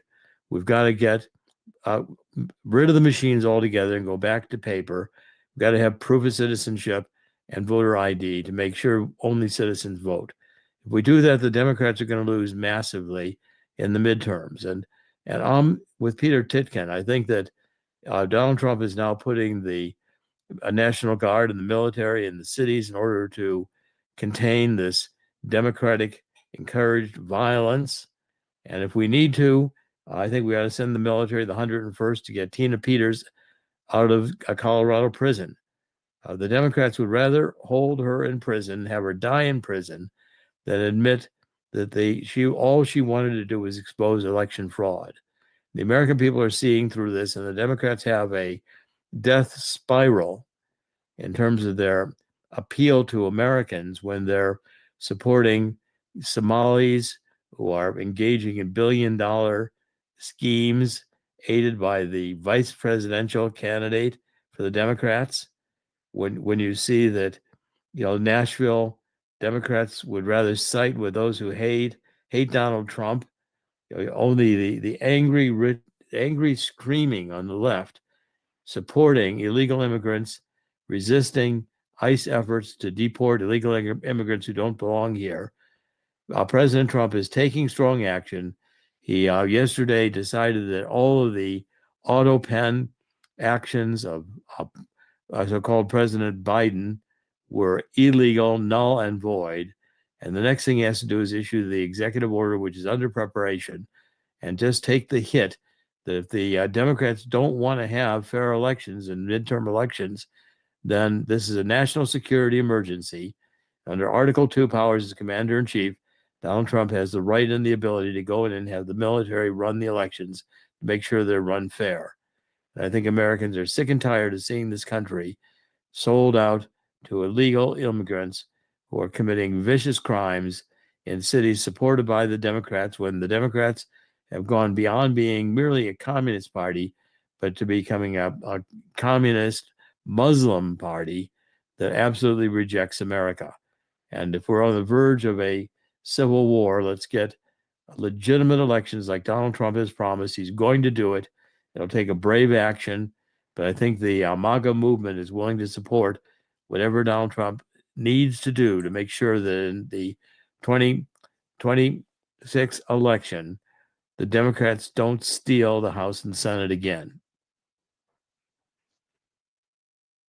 Okay, what else you got? Anything else? Anything on the Well, EO or President The Trump? EO is coming out. It's again internally within these departments and even in the White House, you've got resistance because the resistance elements have not been completely eliminated, including in the Justice Department. Those who are loyal to Obama and Biden and to the anti-American way of thinking are still there.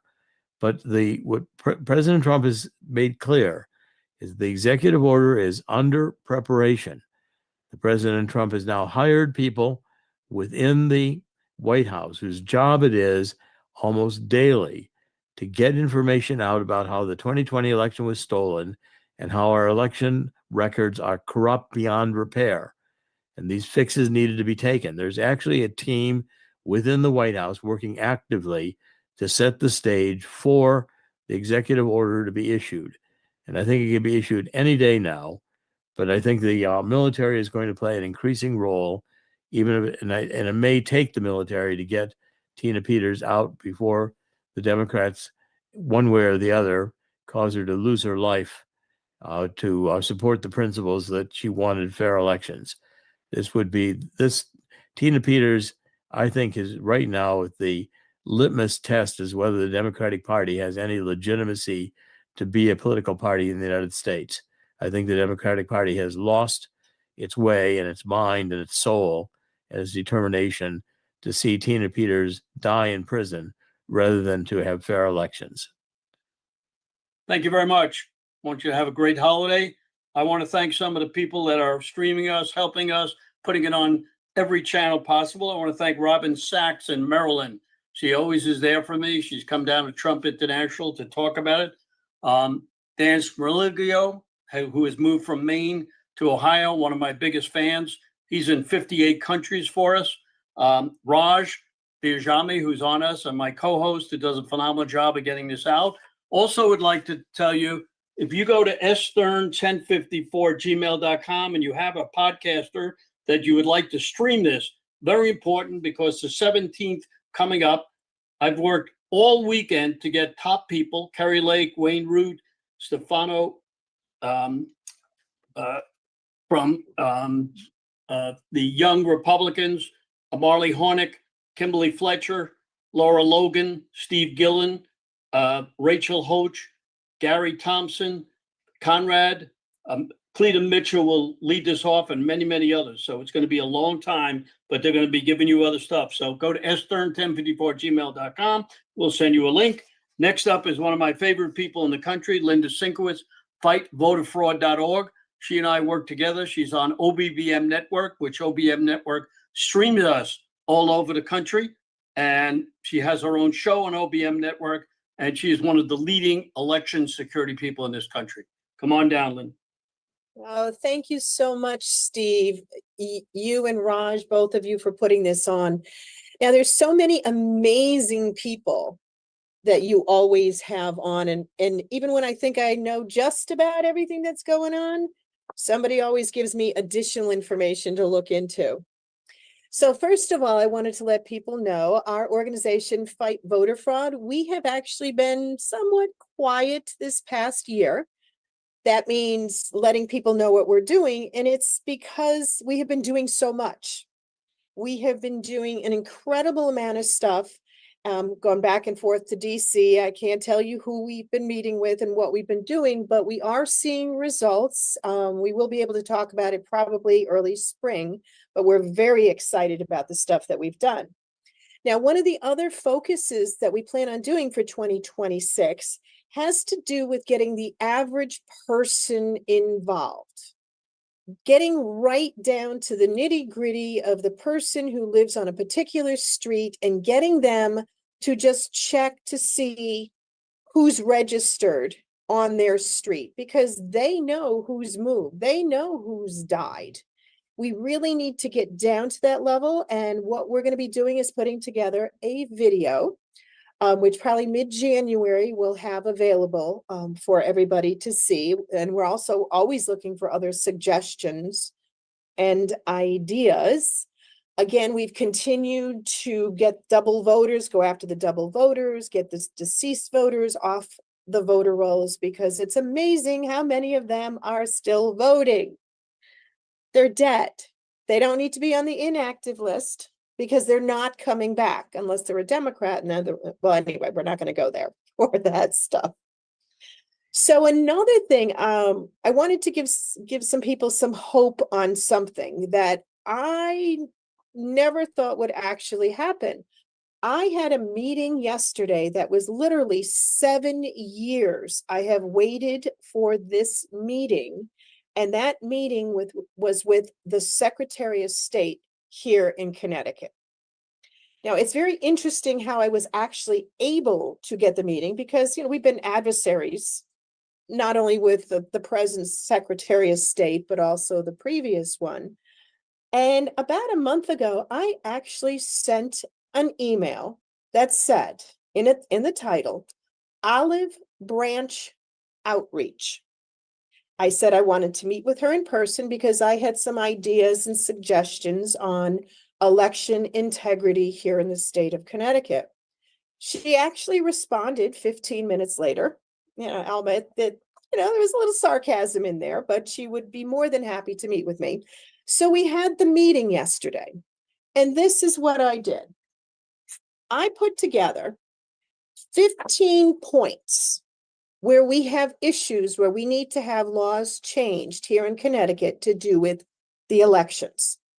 But I not only put the points that we have issues with, I offered solutions to every single one of them. Much to my surprise, she actually agreed with more than 90% of what I brought forward.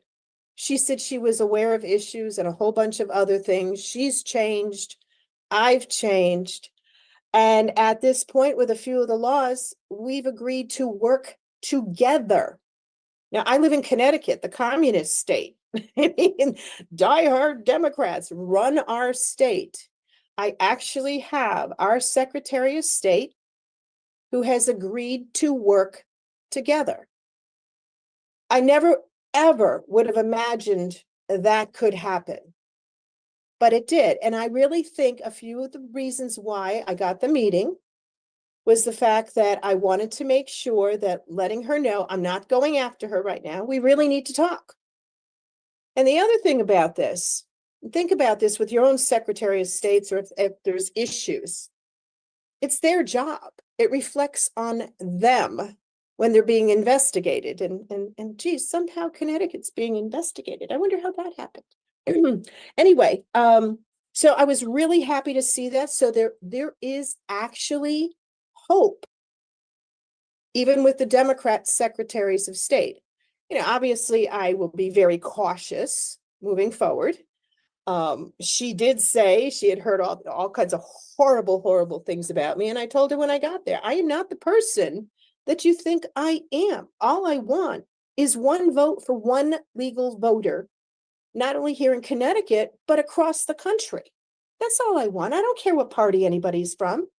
That's what we need to have as our goal. So I would absolutely say it was an incredibly successful meeting. And yes, we did disagree on a few things. One of the things that I did not approach, and if someone's thinking of doing it the way that I did it, don't go for the big guns. Don't go for, the paper ballots. Don't go for the drop boxes. Don't go the absentee ballots. Go for the peripheral. It'll get you in the door, which is what this has done for us. And the 15 points in its entirety, I will have on next week's show under our vote notes in its entirety, because I am just really pleased. There is a way. Now, I know someone earlier had mentioned something about how do you talk to the Democrats that have just gone over the edge. And believe me, with my family, just so you know, on Thanksgiving, I had socialists, communists, and far left liberals at Thanksgiving. I was so well behaved. And I found that this works. You just smile, you listen, and you just say, I don't want to talk politics. Let's not talk politics. The only thing I did say is I believe in following the law. I believe in following the law. So one of the other things that I realized is we really have to treat Democrats like you would someone who is mentally ill. You don't yell at them. You stay calm. You listen. You smile. You nod their head, let them get it out. And then when you don't fall for their bait, they're the ones that go off the deep end, and they're the ones that get the red face and can't stand it, because that's how we need to do it, one-on-one, and literally treat them like you would someone who is mentally ill. Because quite honestly, they are. I saw Trump derangement syndrome this past November election in my town of Middletown, Connecticut at Snow School. I had never seen anything like it. It's like you had to walk these people off the edge. All I was doing was holding the signs and saying, please, thank you for voting, and please consider this one and this one. And they'd go off the edge. And I'm like, this is a local election. You know this guy. And they just can't get out of their own way. But again, staying calm, and saying, hey, listen, you can vote for however you want. Just remember, this is local. This is what's important. So I really did see a lot of what all of you are seeing out there as far as the Trump derangement syndrome, which again, when people are mentally ill, and they are, and I love how Senator Kennedy calls them the Looney Tunes, because they are over the edge. We can work through this. What you need to do is on a one-on-one basis, and again, stay calm, because we are going to straighten out all the election stuff. Every single one of you and what you're working on, Mark Cook, your fabulous stuff that you do, everything, Dr. Corsi and everyone, we can all do this together, and it's going to happen. And one of the most important things I think we have right now is we have Steve Stern and Raj, who put on this program to bring like-minded people together and get the information out there. So again, thank you so much for listening to me, and thank you, Raj and Steve. You're quite welcome. And I want to say that Linda Sinkowitz shares. What does that mean? That means when you're looking for somebody, she helps you. This is what we have to have around the country, because I've called a lot of people to get Eric Trump on our Trump International. Over 100 people who said they were going to help and didn't do it. So one of the things is that if everybody helps each other around the country, we will do a lot better. And I have to say, please go to OBBM Network and watch Linda's program, because she cares about this country. I've been working with her for 4 years now, and she never says no. So thank you so much, Linda. Our next guest, Elizabeth Barron, who's going to talk about in Texas hand counting, which is going to become very important because we're going to get rid of the machines. And I got to tell you, you're going to want to hear on December 17th from Andy Thompson in Nevada, who is going to bring you one of the most important things. And how did I get him? Through Linda Sinkowitz. Thank you, Linda. All right. You want to unmute Elizabeth? I am, aren't I? All right. Am I? Welcome. Well, Yep, thank you're you. on. Thank you for having me on. I'm usually one who tries to stay way behind the scenes, but since Dallas is hot topic, I decided I probably ought to talk about the hand count method that they're using. which is Echo, and it is a hand count method that I developed starting in 2023.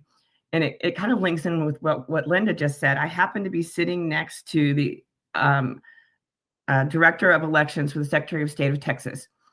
And I said, I have some ideas about how we could improve hand counting. The current method and the method in Texas at the time was quite, it was quite easy to make mistakes. And so she said, well, sure, bring them on. And so that started a series of conversations that led to us being able to now we count ballots race by race versus one full ballot at a time. So it's actually much faster, and it allows people to focus on one specific area of the ballot or one specific area of the tally sheet.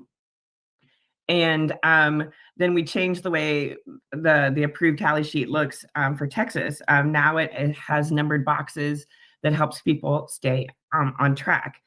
And so we worked with the Secretary of State to come up with this approved method and an approved tally sheet. And now Dallas is going to be using this method for the hand count that they're planning. And I've been working with them since end of the spring or so to help get them ready, because after I created the method, we immediately implemented it in Travis County to do a pilot with the mail-in ballots for the 2024 primary. And so there were a lot of lessons learned from that, and I'm trying to help Dallas avoid some of the pitfalls and stuff that we encountered. And I have a short presentation on what it actually is, if that's what you think your audience would be interested in. Sure, go ahead. Sure. Okay. So let me share my screen. Okay.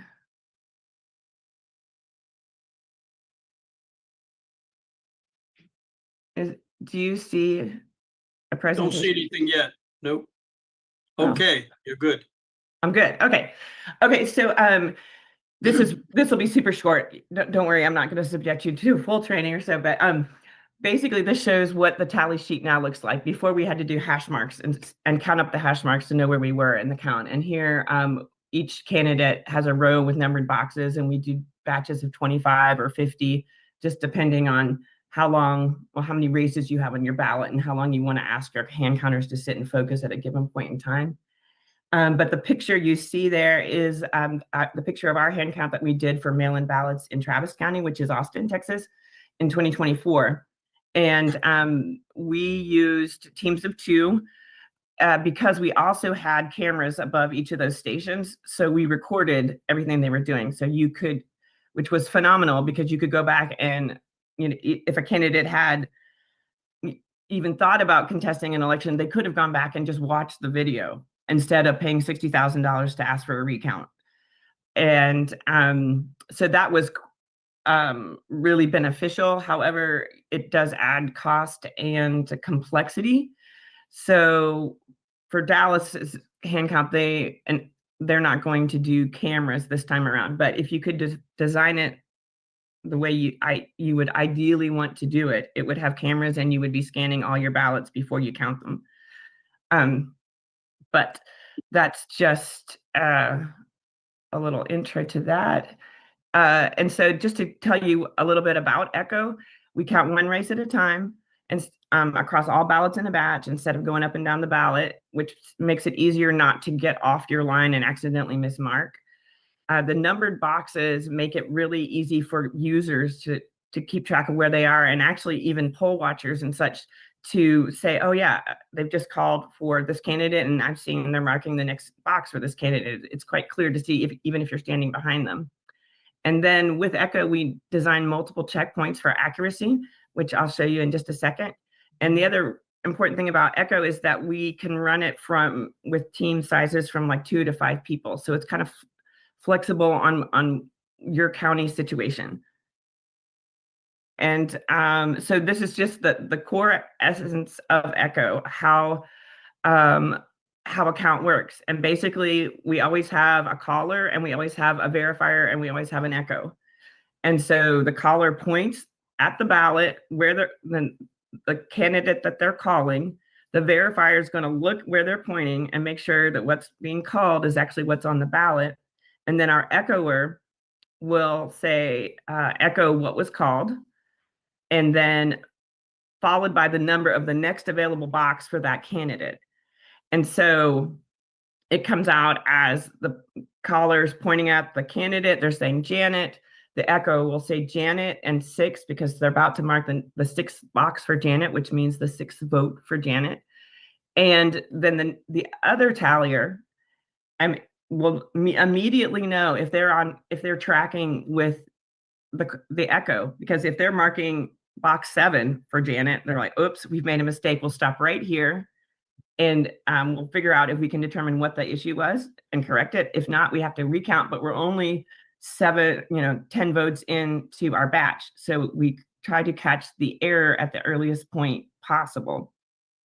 And so these are just the functions where they talked about tallying. And then there was a reconciliation process too at the end where we make sure that all of the votes in a race add up to the total total number of ballots in the batch. And that will help you catch any potential errors as well.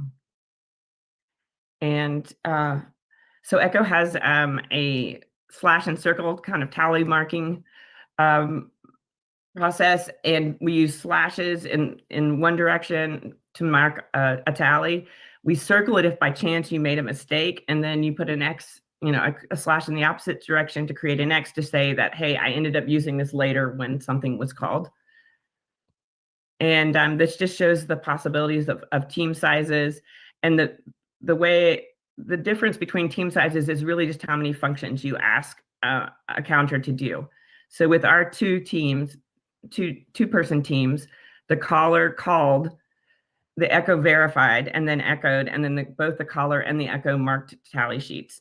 As you have more people on your team, they can be doing fewer functions. However, as you get more people on your team, that also gives more people a little bit of downtime for their mind to wander. So Dallas is actually going with the 3-person team, which they've tested all different sizes and decided that was the most effective for them.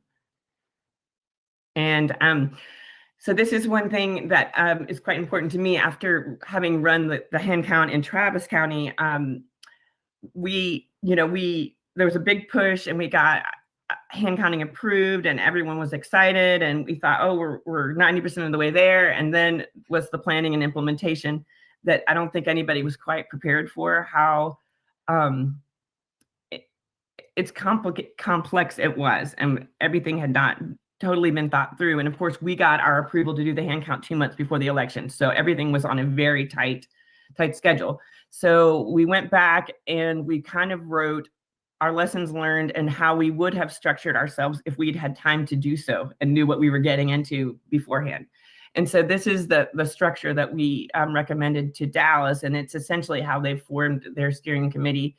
And so when I talk to people about hand counting, I want to stress the importance of the planning and implementation and thinking about the different functions you're going to need to get you to the hand count and through the hand count. And all of this is actually on our website, Count with Echo, and we're adding to it regularly, but it will give you an idea of what Echo is. There's a video you can watch to see how it all works together, but then there's some resources on how to get started and some other resources just about hand counting in general. And so we're just one group of many people that are working on hand counting solutions. And this particular one came about because the existing process was difficult in Texas, or it wasn't super, yeah, it was difficult. Anyway, and we needed something immediately that was 100% already able to be approved and used immediately. But I did want to point out there's several other good methods that may be better for one state or another, depending on what your rules are. And so like Cause of America has a page on hand counts that has a bunch of people linked to that. I think Mark Cook, yours is on there too, right? But if he's not on Cause of America, Mark Cook is also involved with a great method that they used in Arizona, I believe. And there's another one called Gold Standard hand counting. That's also a good thing to look at and kind of see what might work best for your state. And the last thing I wanted to say is that I think Mark mentioned, that people are barely involved in elections anymore. It's so far, it's been taken so far from the average person. And what we encountered in Travis County is I had more people volunteer than I could use, and people were getting very upset that I couldn't schedule them. And B, they were so incredibly excited to just be a part of something again. In fact, it gives me chill bumps to talk about it, but people were so incredibly excited, and it was much more than I even expected, the response. And people said, even, after long periods of time counting and stuff, they said, we'd do it all again, So it's a complicated thing to organize and implement, and it definitely takes some time and some people. But there is a lot of interest in being involved again and having something that's just verifiable. And the last thing I will say too is that we actually had a group of Democrats run part of our batching process, because they had been involved in the early 2000s trying to get people to listen to them about election integrity and the machines. And no one, not Democrats or Republicans, paid attention. And when they heard about the hand count, they were thrilled that somebody was finally doing something. And so they actually, a group of them joined the hand count effort and helped us with big chunks of our work. So that was pretty incredible too. Thank you very much, Elizabeth. We appreciate it. We got your time is up. Okay, All right. sorry about that. Yep. And just to let you know, everybody, one person bought 50 of these hats for his company and said he's going to give them out for Christmas. So we thank you very much from the flag shirt. Our next person up is Sarah Vieira, founder of the Rhode Island Fair Election and Education Department. Hi, thank you so much for having me on. Someone's still sharing their screen. Yeah, you want to Yeah, unshare I your tried to screen? get back to my where you guys are. So sorry. Let's see. Here you go. Oh, Okay, Sarah, back here. Okay. Thank There you we so go. much for having Thanks. me on today and letting me represent Little Rhody. We are the smallest state. It takes about 45 minutes to get through us, but we are a mighty state. And what's exciting about what's happening in Rhode Island, we've been under one-party rule for 90 so years. And it's exciting right now because people are finally waking up and banding together. So I did want to have spread a little bit of hope too, that, these blue states, they're not represented very well. And I think people are seeing that with everything happening and going on. And especially with the DOJ coming lately and suing our state for our voter rolls, it's been a wake-up call, I think, for a lot of Rhode Islanders. So I just wanted to start with that. But our group has been really busy the last 4 years. We collaborated back in 2021. I just want to say I'm just a mom. I never wanted to do this. I had 3 kids in school at the time when the schools were shut down, and I had a lot of questions. And I was one of those moms going to the school committee meetings, asking questions. And I'm also a speech therapist. So I worked in the public schools at the time as well. And I was also trying to advocate for my kiddos on my caseload, because how am I supposed to do speech therapy wearing a mask? And they're wearing a mask. So anyway, 2020 happened. And I realized, wow, this is a lot bigger than just my school committee meetings. There's something going on with our elections. I started asking questions. I met a great group of people that were also asking questions. And I got started with these wonderful volunteers in the Conservative Caucus in Rhode Island, if you can believe that or not. And I didn't know what a public records request was, and that's where my journey began. I started asking questions using a public records request. It's a powerful tool. And I started getting some answers that still didn't make sense. And then we started canvassing our local communities for voter rolls. What other people have heard talk about that already today. And there were a lot of inconsistencies, a lot of anomalies that didn't make sense. Again, I would ask questions and no one would respond to me. So we kept going back to the source of, trying to extend an olive branch to our local clerks to be nice and polite. but also trying to get transparency and accuracy. What led to us really making a difference was collaborating with other grassroots groups. And if you're on this call today, I can't emphasize that enough, that collaborating with other grassroots groups has really been a linchpin for us to be able to move the needle. We were able to meet with, because we are a small state, doesn't take us very long to get to other places. If someone invited us to speak, we would speak. So if Moms for Liberty had an event or something, we would go visit with them and talk to them about election integrity. If there was a 2A meeting, we would go visit with them. If there was someone talking about taxes or in the environment, you know, we have our oceans. It's a precious resource here in Rhode Island, and they're putting windmills back out in the ocean. So we had a lot of groups that we were able to collaborate and talk about with. And our message has always been, every battle that you're fighting for, that we believe in, happens at the ballot box. And that was what we're still talking about today. We're messaging that, and we have been messaging that for 4 years. And I feel like that's finally making a difference. What has been really great for us is not only the grassroots, we try to be as nonpartisan as possible because we believe that everybody needs to have a voice at the ballot box. I think what was probably really got us on the map in Rhode Island was in September of 2023. We were able to have Ivan Ranklin and General Michael Flynn come do an event at our small state. General Michael Flynn is from Rhode Island. So we were able to get him to do a great event for us. And I think that helped put a punch in the arm for people in 2023 to get them involved and ready for the 2024 elections. Getting poll working, poll watching, poll observing, that we did a lot of educating. And that's where we started turning from just grassroots to really educating the public. And then, so we collaborated, we educated the public on what these roles meant, because no one knew what those things meant. So we had classes out in the community, free events. If you want us to come talk, we're going to come talk, but we're going to try to get you off the couch. And again, we talked about, okay, you don't want to do this, you don't want to come out and talk with me, that's fine, but maybe do some poll working, do some poll watching. Let's find something for you to do. Maybe you can help a candidate that's like-minded. Those are the things that we always try to hit home with and get people signed up and ready to do. The final thing that's really kept us busy this past year for 2025 is we were involved in a New England Summit this past month in Worcester, Massachusetts. We were able to collaborate again and educate new people coming on, looking for something to do for the new election year in Worcester. We were able to get New York and New Jersey to come as well. We had some really great speakers. We had Cleta Mitchell come. We had, I think sometimes he might be on this call, but Fani Montravati came to talk about voter rolls and Check My Vote.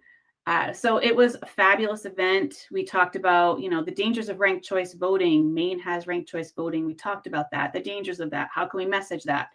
And we had almost 100 people come to the event. And I think people felt energized and ready to get ready for the 2025 season. So our focus now in 2026 is going to be continuing to engage, collaborate, and educate.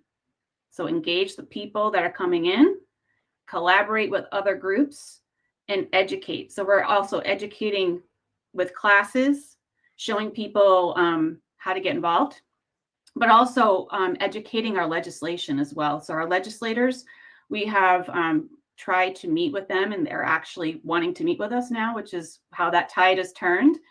And instead of them putting us at a arm's distance away, they're asking us for assistance on how to help them with legislation. That has been a big coup for us. We have tried to get we are grassroots, we are volunteers, but we feel like we have the data and the experience to be able now say that we, for instance, don't have voter ID for mail ballots. Why can't we have that? Let's talk about that. Let's see if we can pass that in legislation. And that's where we were able to meet in the middle, and we're able to meet with legislators from on the other side of the aisle as well, which is equally as important.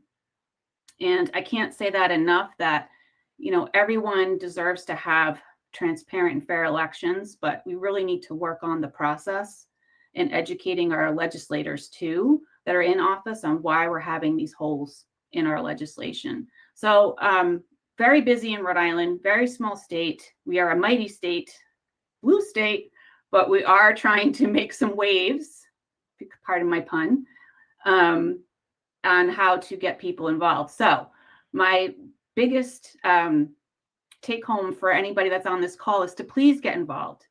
You can get involved in any way. I'm a mom, I have 3 kids and I work full time, but I can somehow find a way to get involved locally. So find a coalition in your state and try to figure out how you can get your neighbor involved with you, maybe a church member, someone else that might be thinking, something might be wrong. I want to try to get involved in this. Have those conversations. People are more than willing to talk these days. So thank you again for having me on, Steve and Raj. I really do. You're quite appreciate welcome. it. You're quite welcome. Hey, And so, just before we let Sarah go, I just wanted to shout out Sarah's part of what did she say? The mighty Rhode Island. Is that what she said? So I'm actually in Rhode Island right now, and Sarah has a phenomenal team here. Very quickly, they have mobilized volunteers from across the state. She's doing phenomenal work with Cleta Mitchell, who's on our call frequently, another big leader here. And things are changing in Rhode Island. And that is because we're getting some very strong candidates. A slate of candidates is emerging. And these candidates are working very, very closely with grassroots groups like the one Sarah represents. So I want to just publicly thank you, Sarah, for the professional work you've done in bringing people together, mobilizing people to help us get what needs to get done in Rhode Island. So thank you, Sarah. Back to you, Steve. so Alan Myers, you all know him from Rhode Island. One of my favorite guys. He's great. He's the chair of chairs, did a phenomenal job, and we always talk about Rhode Island. So in our event here today, we can't do this without podcasters streaming this, and we always try to have a podcaster on. Today, we're going to have Scott McKay on, who I've known for a long time. He's out of Texas, and we try to get more people and more podcasters. So if you know anybody in Texas who's a podcaster, please send them to me, because the only one I know is Scott McKay, and we got to have more podcasters in Texas. So see if you can find him, Raj. Let's get him on. Stand by, checking for Scott. Okay, I see Scott. Scott, go ahead and unmute. Go ahead and unmute, Scott. How are you, sir? Great, excellent. Go ahead. Over to you, Scott. Yeah, is there a question, or is there a narrative you'd like me to focus on? Oh, just tell them, a little about your podcast, and if anybody can, how they view it. And, I know you for a long time. You do a great job. So we appreciate it. So let's talk about it. If you know any other podcasters in Texas, certainly, we'd like to see them. Yeah, most people know the Patriot Street Fighter. If they know me, the Patriot Street Fighter podcast is what they associate it with. And I do know podcasters in Texas. Mike Adams is here. Some of the other guys like Del Bigtree, these guys are down in the Austin area. That they're focused on other things. Mike Adams might be the guy that would be focused, would focus on the election or even election integrity, because he seems to dial into all the issues that are the greatest weapons of the enemy. Mike is certainly one of the most vocal voices on anything that just is unbecoming inside our borders of the republic. So yeah, that's what I have to say about those two things. Is there anything? I haven't been to this before, so I don't really know your format.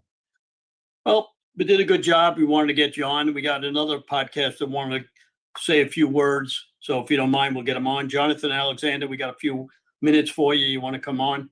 See if you can find him on. I see him on there. Great guy. I was on the show the other day. Jonathan, you want to unmute? Raj, you want to get on? Unmute, Jonathan? Go ahead and unmute. Okay, I'm here. Can you guys hear me all right? A little louder. Can you hear me okay now, Steve? Raj, can you hear him? Yes, we can hear you, but you're very far from the microphone, but we can hear you. Yeah, sorry about that. So I'm with Your News Arizona out here in Arizona, in Kingman, Arizona. I want to thank all my broadcasters for listening in today. It's very important for all you guys out there to get involved. This is vital for this country. And what Steve Stern has put on here today is amazing. I appreciate all the hard work you've done as well, Steve. God bless you for everything. And just want to say God bless you as well, Scott McKay, for all the work you've been doing out there as well, sir. It's an honor being here today. Yes. Thank you very much. All right, we're going to close here with Jonathan Goodman. He got cut off. Jonathan, you want to come on for 5 minutes, and then we got to close down. Jonathan is great on mail-in ballots. We've worked together here for the last couple of years. Jonathan, you want to talk about why we don't want mail-in ballots? You've never called me Jonathan in my entire life, Steve. All right. You got 5 minutes, so we got to close down. All right. So I was telling everyone that there is an executive order coming. I thought it would be out sooner, but like Dr. Corsi said, things take time, and you have to remember that this executive order is a huge executive order that affects 156 million registered voters, regardless of party. So it's very important. So people say to me, well, it's just going to get shot down by a radical left-wing judge. And the reason why I'm saying that is not the case here. Well, number one, I'm not going to go into the details of the EO. I will leave that up to President Trump, Dr. Corsi, and Peter Tickton. But I will say that the executive order has teeth, enforcement, and penalties. I will say that. So the bottom line is, why will it hold up? And this is why. 2 reasons.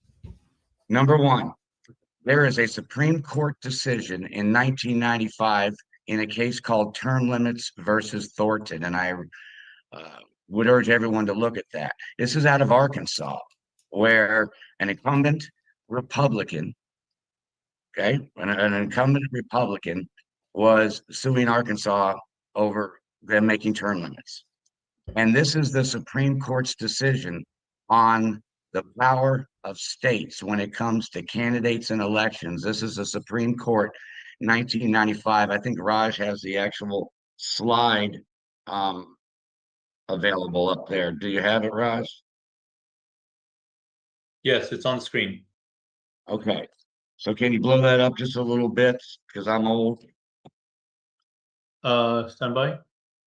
Okay. Well, anyway, as you do that, this is very, very crucial to this executive order holding, because it says, as you see, that the court distinguished that state laws cannot go beyond protection of the integrity and regularity of the election process, and instead operate to disadvantage a certain class of candidates. That's number one. This is a Supreme Court decision from 1995.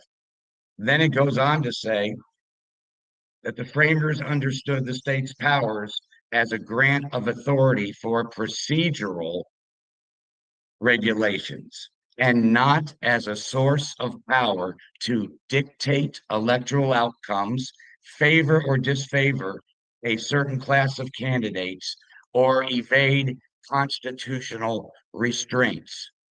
So the Democrats very well may get some appellate judge to put an injunction on this. But think about this, everyone. When it gets to the Supreme Court, does anyone think that this Supreme Court is going to overrule the 1995 Supreme Court? We think it's unlikely. On top of that, just another minute or two is all I need, Steve, because I'm getting to the point.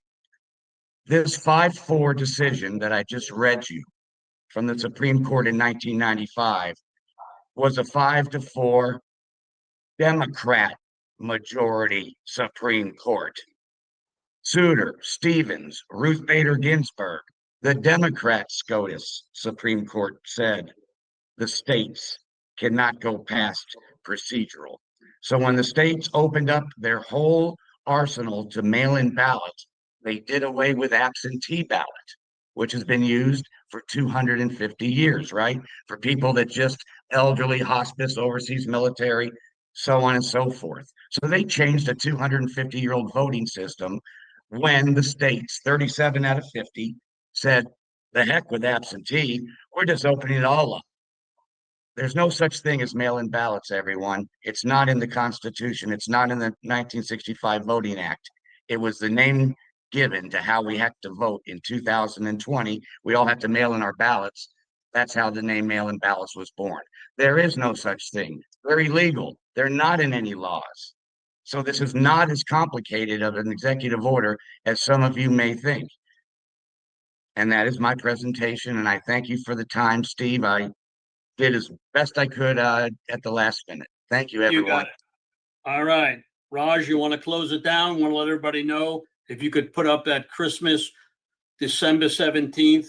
It's going to be at 1 o'clock instead of 2 o'clock. We need all the podcasters. Somebody just texted me. They got 5 new podcasters in Texas. If you've got them in any other state, we certainly would like to have them, because the more people that put this on.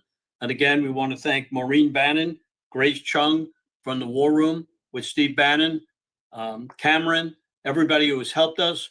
They've gotten thousands and thousands of people to listen. You see our little Santa Claus. So this is going to be our Christmas, Hanukkah, holiday event. Everybody's going to be on it. That's important. We told you Cleta Mitchell, Wayne Root, Carrie Lake, Dr. Frank, Steve Gruber, Marley Harnick, Kimberly Fletcher, Laura Logan, Steve Gillen, Rachel Holt, Andy Thompson, Colonel Reynolds, and many, many more. So this is going to last for a long time. We're going to get a lot of information. And yes, some of the people may not speak about election integrity, but we still want to get them on because it's holiday. So Raj, you want to close it down? Can I Yeah, give my thank you, true everyone. social address before we go? Can I give my true social address before Raj ends the Sure, call? sure. Go ahead. Go ahead. Thank you. Thank you, Raj. I'm not trying to be rude. Thank you so much. If anyone wants to read on some fact only, I don't post conspiracy theories, facts only, at John Good 1965 at JOHN 1965. I've got that 21-minute full unedited transcript of Tina Peters' final sentencing. You won't believe the judge. Your jaw will drop. Donald Trump's New York City trial transcript. I spent 10 Gotta hours. go, I John. read all of that. Gotta Gotta go. go. All right. That's it. Put That's it in the chat as well, please, John. Put it in All the chat right. as well, please. Thanks, Steve. So Raj. everyone, Thanks, thank you man. for being on the call. Thank you for attending. Thank you in advance for sharing the recording of this call. I'll show you in a real quick minute how you get that. But next event, December 17, 1 p.m. As Steve mentioned, you'll get an email. Next thing is, how do you get to the recordings? Just go to sternamerican.com, sternamerican.com. You can see that on the website now. Oh, there we go, better. sternamerican.com. You can see it on the website now. And all you do to get to the recording is just go down. I like to use Rumble, so click on the Rumble link over here.